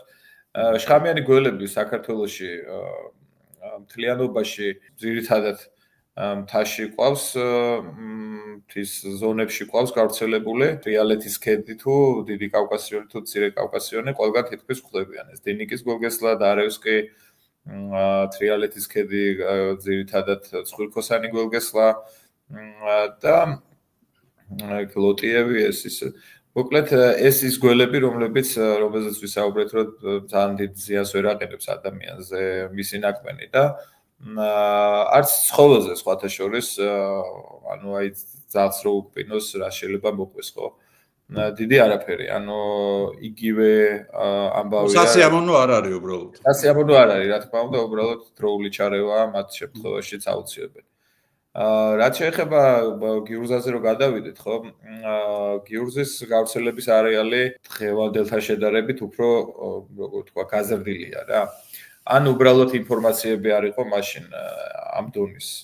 განსაკუთრებით აი მაგათაც ყვარელს ვიტყოდი. ბატონ დავითთან მქონდა ამ თემაზე საუბარი. კიო იყო მონაცემი, მაგრამ თუ ამ ხელა პოპულაციები იქნებოდაო, არ ეგონა მას. ასევე შინდის გიორგის უნდა ცოდნოდა ყვარლიდანაა გიორგი იანქოშვილი. არა, ხო, არ იცოდნენ ეს. მეც არ ვიცოდი ეს რეალურად, როდესაც მომიწია მაგ მხარეში ნეკრესის ქედზე მთლიანად ყვარელში და მთლიანია ნეკრესის ქედი რო წარმოვიდგინოთ, ყვარლის ტბიდან მოყოლებული გრემამდე და ცოტა იქით კიდე. მთელი ეს ქედი მოკლედ არის ძალიან ხარ მინდა რა შევაშირო, ძალიან დიდი პოპულაციები აქვს გიურზის სხვათა შორის. თვითონ ყვარელს ესეთი ლოკალური პოპულაციაა მოწყვეტილი კი, აი ეს ქედი მთლიანად ალვანი. ხო, აი ალვანის ზევით კიდე, რა ქვია, როგორ დამოვიწყდა, არა უშავს. ხო და იქიდან მოყოლებული, ესე იგი, დედოფლის ხაროვის ივრის ჭალები, მთელი ეს მხარე, თბილისი, ხო? თბილისის სამხრეთ-აღმოსავლეთი ნაწილი ეს თბილისს რო ვიძახი ხოლმე, სულ ამას ვაყოლებ, იმიტომ რომ კუს ტბაზე, ლისის ტბაზე, იგი ზღვისკენ ხო, მაგეთ არ გვგდანი ხო, აი ავჭალა და ისინი იქ არსად არ გვხვდება გიურზა. ხდება მხოლოდ აი ეს აფრიკა აეროპორტის და დავაკონკრეტებ მაინც რომ ეს არ გქონდეთ რა ქვია აფრიკა აეროპორტის დასახლება ფონიჭალა კწანისი ორთაჭალა ეს ქედებს გულისხმობ რომელიც სხვათა შორის ურბანულ სივრცეშიც ჩამოდიან და ძალიან ხშირია ხოლმე ეზოებში და სახლებში მოხვედრა გიურზის სხვათა შორის და ეს შინდისში ადის შინდისშია დიდი პოპულაცია კწარიში აი გურამციკლაური იყო ესეთი გეხსოვებათ ალბათ ზოოპარკში ეგზოტარიუმის მმართველობას განსვანელობდა და ესე ადის მერე სამშვილდემდე ოღონდ კოჯორი და ეს ადგილები უკვე გამოტოვებულია მაღალია ძალიან მისთვის კი ესე იგი კოდა ხრამის ხეობაში და სამშვილდემდე ადის ბოლო წერტილია სამშვილდე იქვებით ბოლნისი სამშვილდეში დიდი პოპულაციაა სხვათა შორის თან ისეთი გარემოა იქ სულ ნანგრევები და სულ ეს ხო ნაშენებები კი ძალიან ხელი შეუწყო იქ რაღაცა მდგრადი პოპულაციის ჩამოყალიბებას და ნუ იქაც ბევრი არის ხო, ну, მიუხედავად ამისა, რომ გიურზის პოპულაცია არ არის. ეს მარნეული, ბოლნისი, ეს მარნეული და ბოლნისამდე ყველგან გვხვდება. და ზევით სამშვილდე არის ბოლო წერტილი და ნუ სამშვილდედან თეწარომდე კიდე რაღაცა მონაკვეთი გვხვდება. ხო, თეწაროში უკვე აღარ გვხვდება, აი წინწყაროში არის და უკვე აქეთ აღარ არის არსად. ხო, მიუხედავად ამ ხელა ფართო ტერიტორიისა, ხო, ეხლა რამდენი ჩამოვთვალეთ, ხო, ნუ საქართველოს თან შედარებით არ არის ძალიან დიდი არეალი, თუმცა აი ამ მისი გავრცელების არეალში ძალიან ბევრი მოსახლეობა ცხოვრობს. არ არის ისეთი დაუსახლებელი. და სოფლის სამეურნეო, სასოფლო სამეურნეო სავარგულებია სოფლო. და მიუხედავად ამისა, არ გვაქვს დაკმენების დიდი რაოდენობაში გულისხმობ 3-4-ს წარმოიდგინეთ, ეს დიდ რაოდენობაში იგულისხმება. 3-4 დაკმენაც არ გვაქვს ხოლმე წელიწადში და სიკვდილიანობა თითქმის არ არის. ანუ რის თქმა მინდა რომ კონფლიქტი კი ხდება ეხლა ძალიან ბევრი გიურზაყდება უამრავი. ანუ ძალიან ხშირი შეხება აქვს ადამიანთან, მაგრამ მიუხედავად ამისა დაკმენები არ ხდება. ეს ძალიან კარგია ეხლა ისე თავისუფლად საუბრობ დაიწყება წერა ხო იცით ეს ფიქრობს ალბათ ნეტა იყოს დაკმენები ხო? არიან ესეთი ადამიანები. ხო არა, ძალიან კარგია ეს და ანუ იმის თქვა მინდა რომ მიუხედავად ამისა, წითელ მუცელებზე რო იყო საუბარი, ხო? წითელ მუცელებს კიდე ნაკლებად ხვდებიან. ამას კი ხვდება ხალხი, მაგრამ არ ხდება ისეთი კონფლიქტი, რასაც შეიძლება მოყვეს ადამიანის დაკმენა. რაც შეეხება სიტუაციებს, ხო, ძირითადად არის ხოლმე, როდესაც უბაყო სივრცეში შედის. და არსებობს კიდევ მეორე ძალიან ხშირი შეხვედრა ნადირობის დროს, განსაკუთრებით მონადირე ძალს და ბოლშოვის არის ხოლმე, აი ეს კონფლიქტები არის. ეხლა რაც შეეხება დაკმენას, ხო, აი გიურზის დაკმენის შემთხვევაში რა უნდა გავაკეთოთ? ან ნებისმიერი შხამიანი გველის დაკმენისას. უპირველეს ყოვლისა ეს ჩვეულებრივი ჰაილაიში ყველგან წერია რომ ირეკება სასწრაფოში. ნებისმიერ სიტუაციაში ვრეკავთ 112-ში. შემდეგ ვცდილობთ დავსკვნარდეთ, დავждეთ ან დავწვეთ, მივიღოთ ძალიან დიდი რაოდენობით წყალი. ანუ კონკრეტულად წყალს რატო ვიძახი და არა სითხეს, იმიტომ რომ კოკა-კოლის მიღება, ანუ კოფეინის ზოგადად გაზიანი, ხო, სასმელების მიღება არ არის რეკომენდირებული, იმიტომ რომ უფრო გულს აჩქარებს. ალკოჰოლი კატეგორიულად აკრძალულია. ამასობაში თუ ვიცით რომ ჩვენ არ გვაქვს დაბალი წნევა, ძალიან კარგია მიღება შადმდენი პრეპარატების, ვინაიდან ამ სითხის, ასე ვთქვათ, გაფილტრა მოხდეს ღვიძლის და თირკმელების. ანუ და ხო, ძალიან არ უყვართ ჰორმონების შემცველი წამალია დექსამეტაზონი, ზოგი ცოტა ნეგატიურად უყურებს, მაგრამ ძალიან კარგი შედეგი აქვს ამ მიმართულებით, საკუთარ თავზეც ვიცი და ვინც კი ჩვენ გარშემო დაკმენილა, ყველაზე ძალიან კარგად მოქმედებს და თუნდაც აი ძაღლების შემთხვევაში გადარჩენებით უხდება, ძირითადად მაგ საშუალებით ხდება, იმიტომ რომ აქ ანტიგიურზინს, ასე ვთქვათ, ძალს არავინ არ გაუკეთებს, ხო? დასერვა ხელის, ამოწვა, ხო? არის ხოლმე ესეთი კიდურის მოჭრა ან რაღაც გავს ბევრი შემთხვევა ვიცი ესეთი. არ შეიძლება, ნუ რეკომენდირებული არ არის ლახტის დადება. ლახტის დადება არ შეიძლება ამ შემთხვევაში, ვინაიდან საბოლოოდ ხელი ან კიდური დავკარგოთ ხო? კი. ხო, აი ეს პროცესი და ალკოჰოლი, ეს თქვით, რომ სასტიკად აკრძალავს. თუმცა არის მე მაქვს ნანახი სპეციალური ვაკუუმის ის არის, რომელსაც ვაკუუმის გამოწვევა კი არა, ხო, ეს ამოწვევა ხდება. იმდენად უმნიშვნელოა, იმდენად უმნიშვნელო შედეგი აქვს, მეც მაქვს, მაგრამ არასდროს არ ზოოპარკშიც ბევრს აქვს, მაგრამ რეალურად ეფექტი არ აქვს, აი არ ვიცი 1% რაღაც, მაგრამ იმდენად საბოლოო ჯამში ღრმად ჩადის მაინც. აი მაგაშია საკმაოდ გიურზის კბილები ადამიანის ხელში და თან ხო ესე ვიკვრება რა ეს ნაკბილარი, შეიძლება რეკლამაში კონდეს ჩაწერილი რომ ერთი ნახევარი მაინც ამოაქვს, მაგრამ ვინცაც გამოსტილი აქვს და ვიცოდნე ამ მიმართულებით, ეს აუცილებლად იტყვის რომ 1-5%-ამდე შეიძლება რაღაცა ამოიღოს, მაგრამ ისიც კიდევ ადგილს გააჩნია სადგიმას, ხო? პირველ რიგში თუ როდესაც გადავალთ, გადაგვიყვანეს სტაციონარში, ხო? ჩვენ უკვე უნდა გქონდეს დაკმენის შემთხვევაში, ხო? აუცილებლად დაკმენელი ადგილის ზევით დაახლოებით 5 სანტიმეტრში უნდა გავიკეთოთ ნახაზი ესეთი, რამეთი უნდა გავიხაზოთ. და დრო, ან დავიმახსოვროთ, ან მივაწეროთ, რა დროს მოხდა დაკბენა და რომ იმის მიხედვით უკვე დავადგინოთ სიმძაფრე და სისწრაფე შხამის გავრცელების ორგანიზმში და მდგომარეობის დადგენა და რა სწრაფად მიმდინარეობს. საავადმყოფოში გადაყვანის შემდეგ აუცილებელია ადამიანმა უთხრას თუ რა პრეპარატები მიიღო, ხო? თქვა თუ გამოიყენა შავდენი, უნდა უთხრას რომ შავდენი გამოიყენა. ხო, დექსამეტაზონი რო თქვია, პარალელურად უნდა მიიღო ანტიჰისტამინური საშუალება რაღაც. დექსამეტაზონი არ არის, ყველას გონია რომ ანტიჰისტამინია. არა.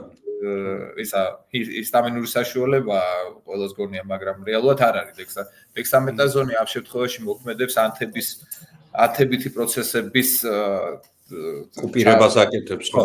კი. ანუ აი ეს დასიება და რაღაც რაც მიმდინარეობს ორგანიზმში, ამის შემცირებას იწვევს.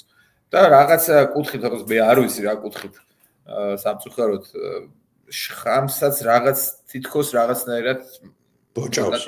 არ ვიცი რას აკეთებს ამ შემთხვევაში, მაგრამ ფაქტია რომ რაღაც არ არის ფაქტია რომ მეც გამოცდილი მაქვს ოღონდ ჩემ თავზე ჩვენი ექსპედიციის წევრზე რომელსაც უკბინა კრაზანამ სხვა შორის და უბრალოდ ვერ მოვასწრებდით ჩაყვანას იქამდე სადაც და საბედნიეროდ ქონდა ერთჯერადი დექსამეტაზონი და ამპულა და ნუ ფაქტიურად კათვალეთ რომ გავაცოცხლეთ იქვე ადამიანი ამ დექსამეტაზონი იმის მერე რაღა 20 წლის მერე რას გამოიწევს ის ნემსი იმ მომენტში არ გაინტერესებს იმიტომ ადამიანი გეღუპება ფაქტობრივად. ხო და არა თან ეს პრეპარატი ძალიან ხშირად უნდა მიიღო და დიდი რაოდენობით რომ იმოქმედოს. ერთი ამპულა, ორი ამპულა არაფერს რა ვითარებაში მოხდა დაკბენა. თუ ვერ ვცნობთ ხო სახეობას და წესით ნორმალური ტოქსიკოლოგია ამას თვითონ ადგენს. იმიტომ რომ ადგილ ლოკაციიდან გამომდინარე ხო? იქ ნაკბილარიდან გამომდინარე, იქ მდგომარეობიდან გამომდინარე, ცალსახად შეიძლება დადგენა თუ რა სახეობის გველი კვენს, ხო? აი იმ სირთულიდან გამომდინარე, უკვე თუ საჭიროება მოითხოვს, მე მიდის შეყვანა ანტიგიურზენის სხეულში. ისიც ეგრევე ერთი ამპულა, ორი ამპულა, სამი ამპულა. ეს უკვე მდგომარეობებიდან გამომდინარე. ძალიან დიდი ტკივილები იცის, галлუცინაციები იცის, თავბრუსხვევა იცის, გულის წასვლა იცის, მაღალი სიცხეები იცის.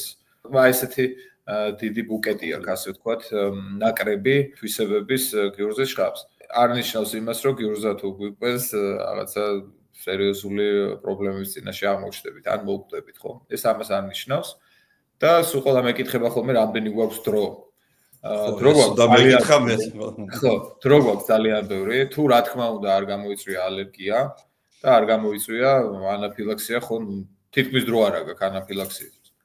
თუ იქვე არ გაქვს რაიმე დამხმარე საშუალება. თუ სასწრაფო ვერ ახდენს შენთან მოსვლას, შენ აი ამ დროში თავისუფლად შეგიძლია შეითვალოს მიხვიდე. თუ საჭიროება მოითხოვს, სიარულის შეგიძლია და თუმცა ეგეც უთხრათ, რომ ჯობს რომ რა თქმა უნდა მანქანით დაწოლილ მდგომარეობაში აი სადღაც მარტოა და სადღაც მარტოა ლოკაციასაც ვერ აძლევ, ხო? სხვა გამოსავალი არ გაქვს, რომ უნდა წახვიდე ფეხით. ძალიან ხშირია ხოლმე ეს შეკითხვა, რომ რატომ თქვათ იგივე არ ურიგებენ მოსახლეობას იქ სადაც გიურზები არის და მე ყოველთვის პასუხობდი რომ ეს იგივე შხამი გადაწყდა.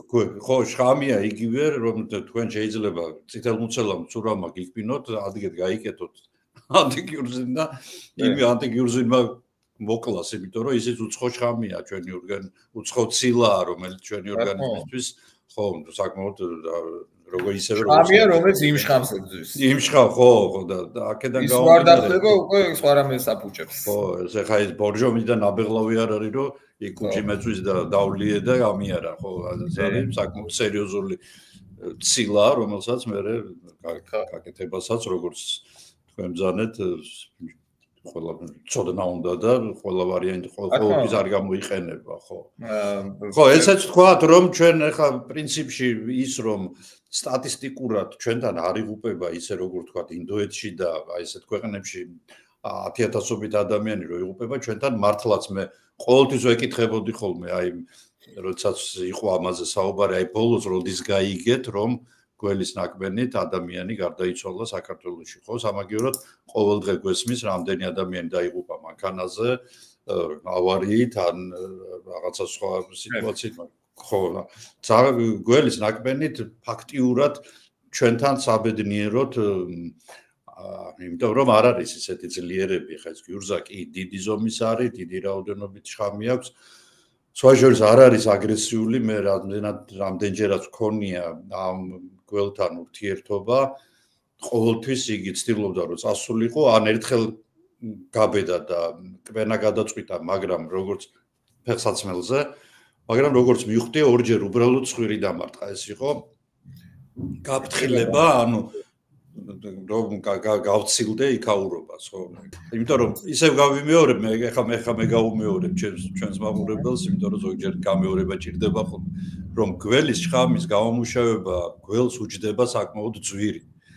და ამიტომ ცდილობს რომ მინიმალურად იგი ჭირდება მას საკვებად, რომ მოკლას თაგვი თქვა და ის და შენ ვერ შეგჭამს აქედან გამომდინარე მაქსიმალურად ცდილობს რომ ხო შეგაშინოს შენ მშვიდობით გზაზე გაგიშვას, მაგრამ თუ გამოუვალი მდგომარეობა აქვს, მაშინ იგმინება და ასე რომ გაუფრთხილდეთ ჩვენ თავს პირველ რიგში თვალები გვაქვს, ყურები გვაქვს, გვაფრთხილებენ ეს ცხოველები ყოველთვის გარბიან პირველ რიგში, მაგრამ გამოუვალი მდგომარეობა თუ აქვს, გვაფრთხილებენ, ხო?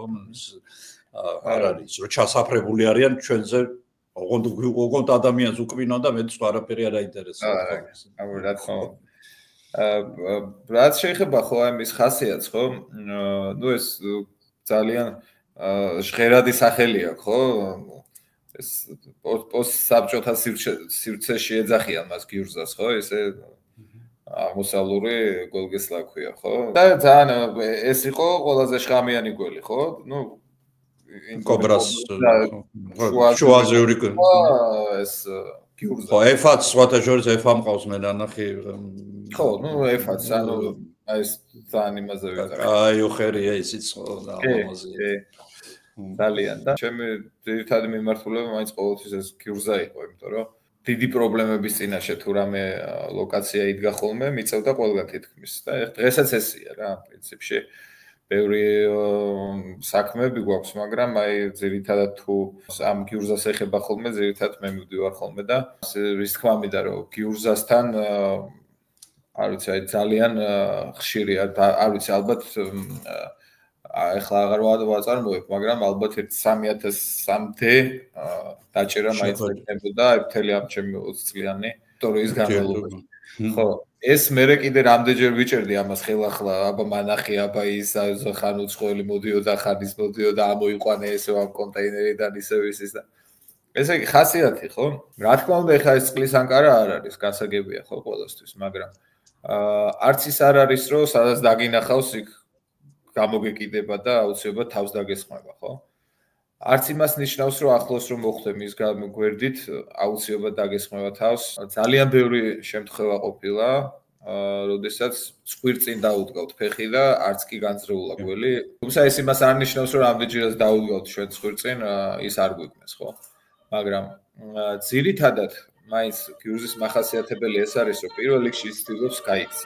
თუ არ ვეხებით, რა თქმა უნდა და თუ რაღაც არ უჩხიკინებთ, ხო? ან გამოუვალი სიტუაცია თუ არ აქვს. აი სხვა ნებისმიერ სიტუაციაში ბუნებაში სადგან შენობაში ან სადაც არ უნდა გადავიყაროთ ის არც ერთ შემთხვევაში არ დაიწყებს ჩვენზე იერიშის მოტანა. არის ერთადერთი აი ყველაზე ისეთი მომენტი, ნუ ეს ფეხის დადგმა გასაგებია და ჩვენი ინიციატივა კიდე ხო დაჭერან მოკლა რომ უნდა ვიღაცას ან რაღაც ხო ესეთი სიტუაციები გასაგებია. არის ესეთი სიტუაცია კიდე რომელიც გიურზას ახასიათებს, როდესაც აი ჩემ შემთხვევაში ხო აი ძირითადად 10-დან 9 შემთხვევაში ყოველთვის წამოსულა იერიშზე. ეს არის შემთხვევა, როდესაც ის მოდის აი ჩემსკენ ასე სადღაც გადმოადგილდება და აი უცბად აღმოჩნდი მის წინ. და აი მისი მიმართულებით გადაადგილდი, ხო? აი ამასობაში იცის ანუ მას გონია რომ შენ თავს ესხმე მას. აჰა. აი ამ მომენტში იცის აგრესიის გამოვლენა. დაიშიშინებს, ისე კი არა რომ ჩუმად. თან კარგად დაიშიშინებს და მერე. ანუ მაინც გატყობინებს. მაგრამ არის საკმაოდ ხმამაღლა შიშინებს, ასე რომ კი, საკმაოდ ხმამაღლა, მაგრამ არის მომენტები ეს ლოკაციებიდან გამომდინარე თუ არა არ ვიცი, იმიტომ რომ რამდენიმე აი მაგალითად ან პერიოდსაც გააჩნიათ ზუსტად ამის თქმა შეუძლებელია, ან უბრალოდ დამთხოვები იყო. აი ყვარელში მაგალითად რამდენიც შეგვხვედრია, ხო? აი 90% არც კი დაუშიშინია შეხვედრისას მასთან.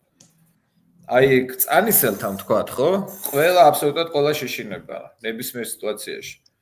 ეს რა ფენომენია, არ ვიტყვი, ან უბრალოდ დამთხევა და უბრალოდ ესე მოხდა ჩვენი დაგვირვება, მაგრამ აქეთ უფრო დინჯები არიან ალბათ. ხო, არ ვიცი, ხო, კახური კახელი წარმოუდგენელი. ხო, ამიტომ ესე პირდაპირ თქმა, რომ აუცილებლად გაგაფრთხილებს წინასწარ, შეიძლება ვერ თქვა, ხო, ხო, გველია და ხასიათი აქვს რა. ხო, ხასიათი. მაგრამ ნუ ძირითად შემთხვევაში მაინც აი რომ ვთქვათ, არის მის მახასიათებელი, ესე იგი. თუ აპირებს ის გაქცევისასაც კი შიშინებს და თავისუფლად შეიძლება მიხვდე რა გარბის შემდგარ. თან გარბის, თან შიშინებს რა, ანუ გაგებინებს. თან გემუქრება, გარბის და გემუქრება, თან რომ არ მომეკარო, არ გამომეკიდო. და იგი გარბის და იგინება. ხო, იგინება, ხო. და ხო, რაც მნიშვნელოვანია, ესე იგი, ჩვენ როდესაც ესეთ სიტუაციაში ამოვშდებით გველის პირისპირ, ხო, ასე ვთქვათ, იქ ნერვიულობა და რაღაცა უაზრო ქმედებები საერთოდ არ არის საჭირო. თუ მოხვდით მის ისეთ სიახლოვეს, რომ ვიცით და დარწმუნებული ვართ, აი, ცოტას და უნდა მიკბინოს, აუცილებლად სწრაფი მოქმედებებით უნდა გადავხდეთ უკან და ის ვერ მოასწრებს რეაგირებას. თქვათ, მოხვდით ისეთ მანძილზე, რომ ნუ შეიძლება ვერ მოგწვეს კბენის დროს, მაგრამ ვერც შეგვამჩნია და ვერაფერი და რაღაცა ძალიან შეგვეშინდა, არ ვიცი, რაღაც ესეთი, აი, გავშეშდეთ. უბრალოდ არ გავინძრეთ და საერთოდ ინტერესს არ გამოხატავს ჩვენს მიმართ. ის უბრალოდ ვერ აღიქოს, როგორც საფრთხეს. და ცოცხალ არსებად ვერ აღიქოს საერთოდ. ხედველობა ვთქვათ, რომ ძალიან ცუდი აქვს. მოგეძახის, რომ აი თერმო ისენი სენსორები ჯერ ისეთ გიურზას არ აქვს, მაგრამ რომც კონდეს იმ თერმოსენსორი, რომელიც გველსაც აქვს, ხო? ხელამასაც იმას სჭირდება დამატებით მოძრაობა. იმიტომ რომ ქვაც შეიძლება თბილი იყოს. ყველაფერი შეიძლება ამ დროს თბილი იყოს, ხო? კაი თბილამიდში, ხო? ის თუ არ გადაადგილდება, ესე იგი ეს აი ბევრი გადაცემა, სადაც აი ზუსტად ამ თერმო თვისებებზე არის ხოლმე საუბარი და გადაღებები, ხო? თაგვი გაჩერდა. всё, გველიც ჩერდება, ხო? დაკარგა. всё, გადაირჩინა თაგვმა თავი. ხო, ეს ეგეთი გოლები ჩვენთან არ არიან და აი გიურზას აუცილებლად მოძრაობა სჭირდება. ანუ შენ თუ არ მოძრაობ, ან მისი ნადავლი, ხო? უკლედ შენ მისთვის საფრთხეს არ წარმოადგენ. შეიძლება ესე დაждდე და გადაგიაროს, გადმოგიაროს, დაგაწვეს, დაეხვეს, ხო? აი ძილის დროსო ჩაეძინა მერე დაღლილს მინდორზე, ხო? ასეთ დროს რამდენიმე ვარიანტია. ერთი ის არის, რომ თავშესაფრად წარმოიდგინა ადამიანი გველმა და შეძრა და მეორე ვარიანტი შეიძლება თბის სითბოს წყარო ღამე მაინც ესეთ ველებზე ცივა და რაღაც სითბოს მიღების მიზნით აი როგორც სიცხეში კიდე ჭრდილია, ხო, რაღაცა ეს ბევრი რაღაც ესეთი მიზეზი შეიძლება იყოს და ამ დროს მე ჩვენ გადავტრიალდით, გადმოვტრიალდით, დავაწექით, შევეხეთ, ხო? და ამ დროს უკვე ის ხვდება, რომ ეს ცოცხალი არსებაა და მისთვის საფრთხეა და ყოფილა ესეთ დროს დაგვენები. ხო, მოკლედ აი ესეთი მომენტია რა. ხო, არასდროს არ უნდა წავიდეთ გველის მიმართულებით. მით უმეტეს თუ არ ვიცით სახეობის ცნობა, დავინახეთ გველი, ავარიდოთ, არ უნდა გადავიდეთ, არ უნდა ვიმოძრაოთ მისი მიმართულებით. არც ერთ შემთხვევაში არ უნდა გავყვეთ თუ ჩვენ არ ვიცით რა სახეობაა, ხო, მით უმეტეს. ნუ აქედან გამომდინარე არ უნდა შევეხოთ და არ შეგვეხებიან, აი ეს მომენტი არის რა. ხო, აი ეს მომენტია და აუცილებელია მაინც სიფრთხილის დაცვა ისეთ ადგილებში, სადაც ვიცით რომ არის გიურზა გავრცელებული და განსაკუთრებით ესე იგი გაზაფხული შემოდგომის პერიოდში მაინც მოვერიდოთ ისეთ ადგილებს, აი მაგალითად დავითგარეთში, ხო, გიურზას რო შეხვდე, აუცილებელია ან შემოდგომა ან გაზაფხული, ან ზაფხულში ღამე, ხო? დღისით. ხო, დღისით. აფარებს თავს. აგვისტოში თუ იმესი გიურზა უნდა შეიძლება 1000 სადმე გამოქვაბულში ნახა. შეიძლება გამოქვაბულში ხო სიგრილეში. ესე მინდორზე გაწოლილი სიცხეში ვერ გადაეყრები და. აი ეს რაღაცა ნიუანსების დაცვა მაინც აუცილებელია. აი მაღალყელიანი ფეხსაცმელი რამდენად შევლის? მაღალყელიანი ფეხსაცმელი ბოტებს რო ეძახით? თუ ბატა ჩეკმები ვთქვათ აი. იცით როგორ არის? გველის ზომას გააჩნია. ესე იგი გიურზა ikbineba ძირითადად მუხლს ქვევით და კოჭს ზევით. მაგრამ არის ეგზემპლარები, რომლებიც მუხლის ზევითაც კარგად ikbineba. ძალიან იშვიათია, მაგრამ ჩემ შემთხვევაში იყო 2 მეტრი და ზევით იყო. ფიზიკურად ვერ მოახერხეთ იმის დაჭერა. მე მიყვარს ახეთი თუ ყვარელი აწერია ილიესპის თავზე. და მან გზა იყო გაყვანილი, რომ ეს მე მიყვარს ის რომ დაეწერათ და ნატურა იყო გადამწვარი და გთხოვდნენ რომ ხელოსნები ვერ ადიან და იქნება ნახოთ რა მართლა რა არის იქო რა რაღაცა დიდი შავი გველი რა და ეხა ხო იცით როგორ არის შის დიდი თვალები აქვს და არ ვიჯერებდით რა ჩვენ ხო და ნუ ცოტა დრო ქონდა და დავთანხმდით რომ წავიდეთ ნუ გზადაგზა რაღაც გიურზები შევხვდნენ ეს არა და ზევით მე კაი ადგილი ვნახე რაღაც გიურზა დავიჭი და ეს პატარა იყო რაღაცა და უცებ მეძახის ჩემი მეწყვილე და შოთაო დაბალ ხმაზე და მეორე ვინც უდგას მე შოთა დიდ ხმაზე დამიძახა და უყურებ ესე იგი აი ამ მომენტს ეს ვისაც კბენდა ძალიან გამოცდილია და კიდევ კაი მისი მიმართულებით და არა იმ მეორე ბიჭისკენ იმიტომ რომ ესეთ რეაგირებას ვერ მოახდენდა აი თუ ჩას ესე იგი აი ამ ადგილას ურტყავდა და ნუ ეს უკან გადახტა და ეს აი ფაერში ხო და ესე იგი გაწოლილი იყო და ერთმანეთში საუბრობდნენ თუ გორბლის კამერას აქ რა უნდა ამხელა იყო კი და მე რომ ნაწი ჩანდა იმიტომ რომ ეს ბალახი იყო მაინც დიდი და ნუ ეხლა რა თქმა უნდა გველი რო იყო მე ყველა მიხვდა იმ წამსვე მაგრამ მე ეს გველის დასაჭერი სპეციალური გველის მაშას ვეძახით ასე ბჭყალებში უკვე იმას ფიქრობდა ეს გადაეცმებოდა თუ არა ზევიდან რა თქმა უნდა ეხლა მზის ხივების მიღების მიზნით უფრო ფართოვდება და ის ეწევს ხოლმე მაგრამ მაინც უკვე ძალიან დიდია ხო ეს რომ ნუ მოკლედ გადაწყვიტა და ესე იგი გატეხა ეს ჯოხი ეს ტროსი გაწყვიტა და ეგრევე იერიშზე გადმოვიდა და მე რო ავირბინე მე კავით მუშაობ მე ძირითადად კავით მუშაობ ხოლმე მაინც კლასიკურია უფრო და ხო კლასიკური ბავშვობიდან და რასაც მეჩვევიო და ხო და ესე იგი ამ ეს თის იქეთ ხევი იყო და ამ ხევსა და ამ გზას შორის მოჭრილი ხეები რომლის გზა რო გაიყვანეს ეს ხეები იქ დააწყვეს და დატოვეს ნუ აი მათ შევიდაო და მოკლედ დავიწყეთ უკვე გაბრაზებული იქ ის გამძრალა გადავიდა იქით და უკვე იქ მე იმხელა ნაპრალები და ის იყო რომ რაღაც რომელიღაცაში დაიყო ხო და აი ხო გეუბნებით იმხელა იყო მეც აი არსად არ მინახავს რა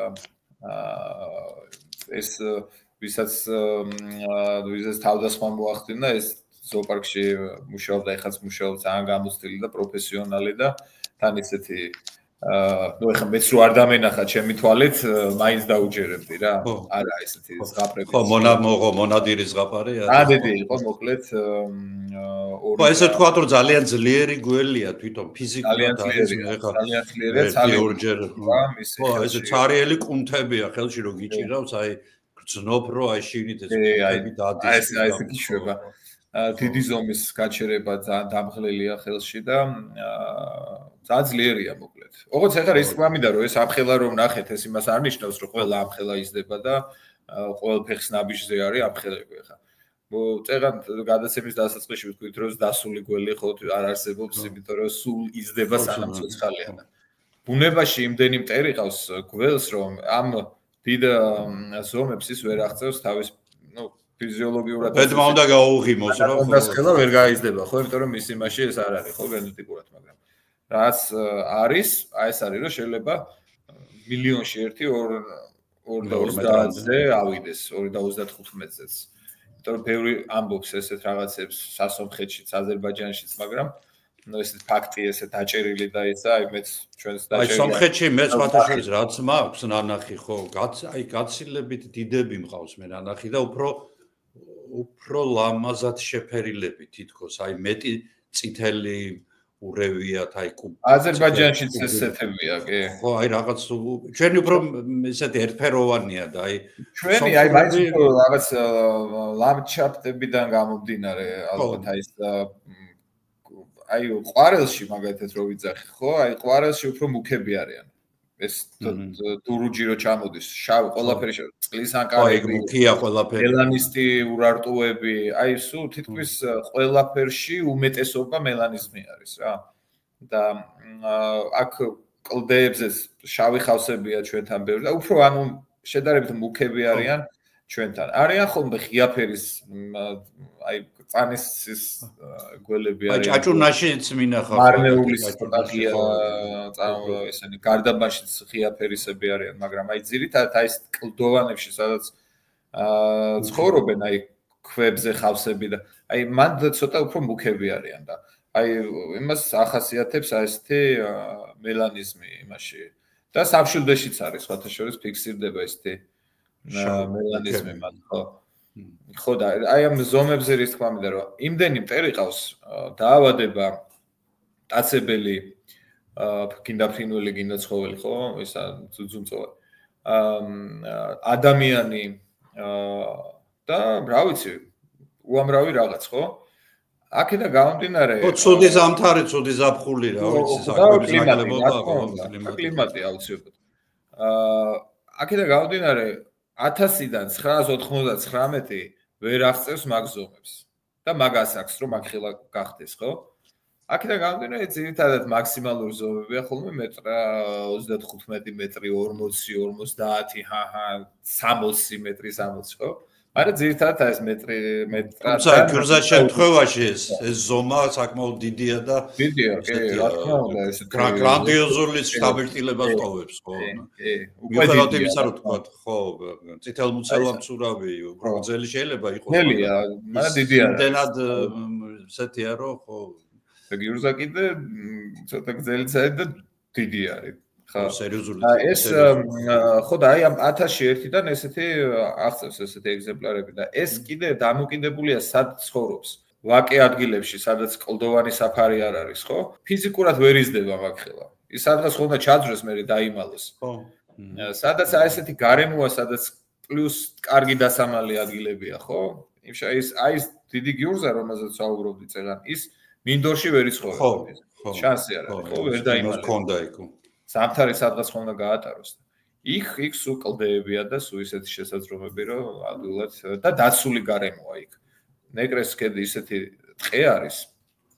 აი ეს ეკლიანი ესეთი ლიანებივით ჩამოშვერილი ამხილა ეკლებით და ახლა ვერავინ ვერ შედის, ხო. ხოხათ ვერ შედის და ნუ საკმაოდ ფრინველი, მათი კვერცხები, მხრნელები, აი სავსე ყველაფერი და ეს გარემოა რომ დაცული ყველანაირად და საკვები დიდი რაოდენობით და თავში საფარიც კარგი. და ესეთი ადგილები უფრო გამოირჩევა პოპულაციების სიდიდით. რა ვქნათ რომ გველი არ შემოგვეჩვიოს ან ჩვენს ეზოში არ დაიბუდოს ნებისმიერმა, იმიტომ რომ ეხლა ჯერჯერობით ჩვენი ცნობიერება არ არის იქამდე ასული რომ ხო, გველია, ხო, და ფეხი არ აქვს ისიც კი ბოხმეჭაც კი გველია და ყველას დაჩაგრულები ეგენი არიან ხოკერები ყველაზე საწოდა გველხოკერები და ბოხმეჭები არიან ალბათ ყველაზე საწოდავები იმიტომ რომ დაბალი ღობეები არიან ხო და აი რა თქვა რა გავაკეთოთ არა გველხოკერასაც ძალიან და რა არ გავაკეთოთ ხო ისეთ როგორ არის ახლა რეალურად აი წერან ჩვენ დასაწყისში საუბრობდით აი იმ შეწამლებთან დაკავშირებით და მსგავს ქმედებებთან დაკავშირებით ის მიდგომა რომ შევწამლავ ტერიტორიას დავწვავ გოგირდს და რაღაცას მოვყრი არის 0%-იანი შედეგი ასე ვთქვათ ანუ არანაირი ეფექტი არ აქვს ამ ქმედებებს ფულის ხარჯვა და თვილად დამშვიდება ხო. კი, ნუ ხო. მაგრამ ზოგს ეგეც არ აინტერესებს. აი ჩასარჭობი აპარატები, ხო? ვითომ ულტრაბგერებს და ვიბრაციას რო გამოსცემს, ხო? ესეც უეფექტოა. სულ პირველად რო შემოიტანეს, ესე იგი, ჩემ ხელში მოხდა პირველად. დიდი პოპულაცია ცხოვრობდა ანკარების, რა წყლის ანკარების და ნატრიქსის, ჩვეულებრივი ანკარების. მე ხო ყველა წერტილი ვიცოდი, ახლა სად ამოდიან ერთად წვებიან, ეფიცხებიან იმას მზეს და აი იმ ლოკაციებზე ჩავარჭე, ესე იგი. ნუ ზოგი ზედ დაწვა, ზოგი შემოეხვია, ზოგი ხო, ანუ არ მოქმედებს რა ფიზიკურად. ანუ ესეთი რაღაცა საშუალებები სრულიად უფუნქციოა, როგორც შესაძლებელი, ისე ეს მექანიკურია, ეს დამაფრთხობელი ეგრეთ წოდებული. თაგვებს და ყველაფერს აშინებსო ესეთებია, ახლა ესეთ რეკლამებს ნახავთ ბატონო ვასო. ხო და ესე იგი, ყველაზე მნიშვნელოვანი არის გარემოს მოვლა. ანუ უპირველეს ყოვლისა, ქვეწარმავალს არ უნდა ჰქონდეს შესაბამისი პირობები, რომელიც მისთვის არის კომფორტული. ანუ ეს არის თავშესაფარი, ხო, პირველ რიგში. თავშესაფარი, ანუ სამშენებლო მასალები, შეშა, ქვები, ხო, აი ზოგი აგროვებს ქვებს ერთ ადგილას ყრის, კედლები გაულესავი, ხო, ეს დიდი კახეთში, აი სახლებია, მთელი პოპულაციები ცხოვრობენ, მაგალითად წენგოსფერების ურავების და კატის თვალების და ესე. ხო, აი ესეთი სამშენებლო ნუანსები უნდა იყოს დაცული, ანუ კედლები გალესილი, ეზო მოვლილი, ანუ ნაგვისგან უნდა იყოს თავისუფალი. მოკლედ ძირს არ უნდა ეყაროს ესეთი რაღაცები, არ უნდა ეწყოს, არ უნდა იყოს. ხო, მაგრამ ეხლა ჩვენთან ეხლა კამაზის პაკრიშკა თუ არ დადე, არ დაჟანგული მანქანა თუ არ და ხო, ეგენი არ ეზოში ისე არ ითვლება ეზო, ეხლა არ არის მოვლილი, ხო? ხო, ეგ ხო. ხო, აუცილებელია მოკლედ მოვლა ეს თავის დაცვა. ანტისანიტარია ანუ ნაგვის დაყრა იცის ბევრმა ეზოში, საკვების იქვე გადაყრა, ხო, ანუ საკვები. ანუ თაგვი თუ ყავს დიდი რაოდენობით, ეს უკვე მიმზიდველი გარემოა გველისთვის. ნებისმიერი შხამიანი უშხამო. ყველა ნებისმიერი გველისთვის თითქმის ყველა სახეობის გველი რაც შეთავბინადრობს თაგვებითაც გეახლებათ, ძალიან ესე. ხო, ანუ აი ეს მომენტი და წვანე საფარი უნდა იყოს მოვლილი, ანუ ბალახი უნდა იყოს გაკრეჭილი და ბუჩქები არ უნდა იყოს ძირს დადებული. ანუ ღერო უნდა შეუქმნათ ბუჩქს და მერე კი ბატონო. აი ძირი არ უნდა იყოს, ძირი ხო ეს ბუჩქები, რომელიც აი ესე ძირზე არის მოფენილი, ხო? ეს არის იდეალური. თავშესაფარზე ვამბობთ ჩვენ თავშესაფარი გარემოა გველისთვის, როგორც თავშესაფარი, ისე სანადირო კუთხით რა. ჩიტი შედის, თაგვი შედის, რა ვიცი. თავს გულს კომფორტულად. მიგდებული წყალი არ უნდა იყოს, აი ეს გუბეები რო დგას ხოლმე ეზოებს, სადაც გაზდის და სულ იქ წყალი დგას, ხო? ეს ძალიან ესეთი აი წყალი თითქოს ისეთია, ხო, მაგრამ აი ძალიან მიმზიდველია განსაკუთრებით ისეთ ადგილებში, სადაც წყლის ნაკლებობაა. ანუ გარემოში წყალი აი შეიძლება 10 კილომეტრის იქით იყოს მდინარე და გარშემო კიდე არაფერი აი ესე წვიმაზე დამოკიდებული იყოს, ხო, ცხოველი. აი თუ ეზოში აი ესეთი წყლის სისტემები აი ასე ვთქვათ უკონტროლოა, ეს არის გველისთვის ძალიან მიმზიდველი გარემო. ბუნებაშიც კი ჩანს რა. აი მაგალითად როცა აი ყველაზე კაი მაგალითია ივრის ჭალები ხოლმე რა. როცა გვალვა არის მაგ მხარეში, ხო? აი ერთი თვე, ორი თვე თუ არ მოდის წვიმა, რაც არ უნდა დილას-აღამოს შუადღისას ვიაროთ იქ მინდვრებში, ხო? გველს ვერ ნახავთ. განსაკუთრებით ეს შეხება გიურზას. იმიტომ რომ ეს პოპულაციები მიდიან ყველა ივრის ჭალებში, იორში ჩადიან, იორთან. იმიტომ რომ საკვებიც იქ იყრის თავს და წყალიც იქ არის. მაგრამ თუ შერეული სეზონი წვიმაც არის და ისიც არის, გველი რჩება. თუ არის სამსახური დღეს არის ხო, რომლის გამოძახებაც შეიძლება, თქვათ მე ვარ აგერ მიწათმფლობელი და აღმოვაჩინე რომ ჩემთან რაღაცა საეჭვო მოძრაობებია ხოლმე და აი სად შეიძლება რომ ეხლა ნახეთ როგორ არის ეს სიტუაცია რა. ეხლა ჩემი ჯგუფი მოგეხსენებათ საქართველოში სულ გამოძახება უნდათ და სულ დახმარება უნდათ გველებთან დაკავშირებით, ხო? ფიზიკურად ჩვენ ამას ვერ ვწყვებით, იმიტომ რომ ძალიან დიდი მოთხოვნაა და მოთხოვნის დაკმაყოფილება შეუძლებელია და ამიტომ კონცენტრირებული ვართ მხოლოდ ესეთ მასშტაბურ ობიექტებზე რა. რაც შეეხება სახელმწიფო სამსახურს, ხო? სახელმწიფო სამსახური აქვს მხოლოდ დედაქალაქს თბილისს. ეს არის ცხოველთა მონიტორინგის სააგენტო. ამ მიმართულებით თავის დროზე ჰაი კლასი იყო, იმიტომ რომ იქ ბევრი პროფესიონალები მუშაობდა. ჩემთან ერთად და დღესდღეობით უმეტესობა ეხლა აქ ჩემთან ერთად არის და ზოგი ზოოპარკში და ასე შემდეგ. და ეხლა ჰაი კლასია თუ არა ვერ გეტყვით, მაგრამ ყოველ შემთხვევაში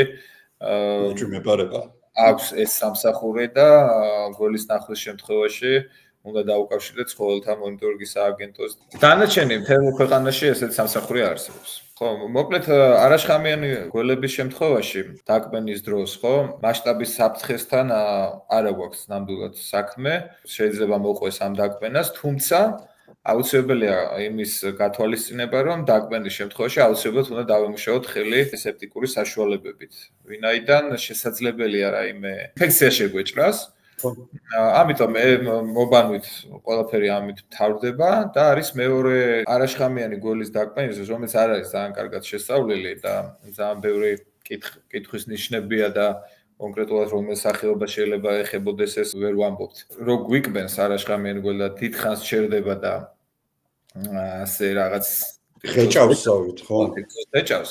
შეიძლება თქოს ტოქსინია, სუსტი ტოქსინია. აი დამამშვიდებელ ეფექტს იძლევა ნადავლზევა. დუვერნოის ეფექტი ქვია ამას. ჯირკვალია როგორც ნერწყვის და აი ამ დროს რაც უფრო დიდხანს გაჩერდება, შეიძლება რაღაცა მოხდეს, როგორც უკან არის ეს წინა მხარეს არა. ხო და ამიტომ აუცილებელია პირველადი დახმარება ამ კუთხით, რომ ჩამობანვა და დამუშავება და თუ ალერგიული მიმართულება მისცა, ანტიჰისტამინი რაღაც. აი მე გეტყვი ჩემ გამოცდილებას მაშინ წენგოსფერ ცურავთან დაკავშირებით, საკმაოდ დიდი ზომის იყო, მეტრზე მეტი იყო, საკმაოდ ალბათ უფრო მეტიც. ესე კუდი დავიჭირე და მომიტრიალ და მარჯვენათი დავიჭირე და აი აქ კარგა გემრიელა და კარგად დაღეჭა, დამიღეჭა და ჩემმა მეგობარმა დანა შეუხო უბრალოდ პირში და ისე გააცნევინა, იმიტომ ვერაფერი გამოგლეჯვა არ გამოვა. ხო, ვერა, იმიტომ რომ ხო მოხრილი კბილები აქ. ანუ ვერაფრით ვერ მომოვიცილე, არა და ღეჭა და ღეჭა. კარგა ბლომაცეცხლი წამომივიდა, ნუ იქ რაღაც არაყი ქონდა წაღებული, იმით დავიბანე რა თქმა უნდა ყველაფერი, მაგრამ აშკარად არა ინფექციური, არამედ ინტოქსიკაცია გამიკეთა, ანუ ხო 2 დღის განმავლობაში ეს ხელი კარგად კარგასივებულა, მაგრამ გახურებული იყო, აი როგორც უღარე რო დაგიწყია ზემოდან, სიცხე მომცა, აი ხან 1-2 დღე მაკანკალა ნუ არ შემეშინდა ეხა, იმიტომ რომ ვიცოდი რომ შამიანი არის ხო და წენგოსფერი იყო 100%-იანი, იმიტომ რომ კი ხო, აი მაგალითად ლექტორიც იყო, ანუ ხო არ არის ასეამუნო, ეხა ისედაც თქვათ ინფიცირების თვალსაზრისითაც და როგორც ჩანს, მაინც ნერწყვი თლად არატოქსიურიც არ არის, სუსტი ტოქსიკურობა გააჩნია. რა ვიცი, შოთა მე მგონი ძალიან ნებისმიერ შემთხვევაში უნდა ვიყოთ ესეთ ხილად, ხო? და ზოგადად ნებისმიერ ცხოველთან მე მგონი ხილად უნდა ვიყოთ, იმიტომ რომ ზოგიერთი გვეჩვენება რომ ძალიან სასიამოვნო შესახედია, მაგრამ შეიძლება ისეთი ზიანი მოგვაყენოს და ბოლოს ძალიან ბევრი დაავადების გადამტანები არიან, ამიტომ იმათ თავისი ადგილი აქვს, ჩვენი ადგილი გვაქვს და ვეცადოთ ეს დისტანცია ყოველთვის დავიცვათ. შოთა მე მინდა ძალიან დიდი მადლობა. მადლობა თქვენ. ხო, იმიტომ რომ ეს საკმაოდ ცელი და საინტერესო საუბარი გამოგვივიდა. ჩვენი მაყურებლები მედია დაწერენ კომენტარებს და თუ რაღაცა საკითხები ჩვენ ვერ მოვასარით, ან ვერ გავიარეთ, მე კიდევ ვთხოვ ბატონ შოთას, რომ კიდევ შევხვდეთ, ოღონდ თავარია თქვენ დაწეროთ თქვენი კითხვები. თუნდაც ის ზღაპრები რაც გაგიგიათ გველებთან დაკავშირებით და ზღაპარი ბევრია, ხო, როგორც წესი უფრო მეტია ვიდრე რეალობა და ასე რომ მაინც საინტერესოა. შოთა დიდი მადლობა და იმედია რომ ჩვენ კიდევ შევხვდებით ერთმანეთს, წარმატებებს გისურვებ და ესეთ უსაფრთხო სეზონს. ძალიან დიდი მადლობა. უღრმესი მადლობა მოწვევისთვის კიდევ ერთხელ და ძალიან სასიამოვნო იყო თქვენთან საუბარი. და არ ვიცი. შვენიერი, ასე ვთქვათ, წამყვანი ალბათ ხო? ხო რა ვიცი. ხო არ ვიცი რა ქვია მაგას ხო? აი ძალიან კარგი გადაცემები ყავთ, ძალიან კარგად მიყავთ, ხო? ძალიან საინტერესო კითხვებით, ძალიან კარგი სიუჟეტებით, ძალიან კარგი თემებით და დიდ წარმატებებს გისურვებთ მოკლედ. ასევე და ბევრ მომწონებელს და რა ვიცი. და ჯანმრთელობას. დიდი მადლობა, კიდევ შევხვდებით ერთმანეთს. ბედნიერად.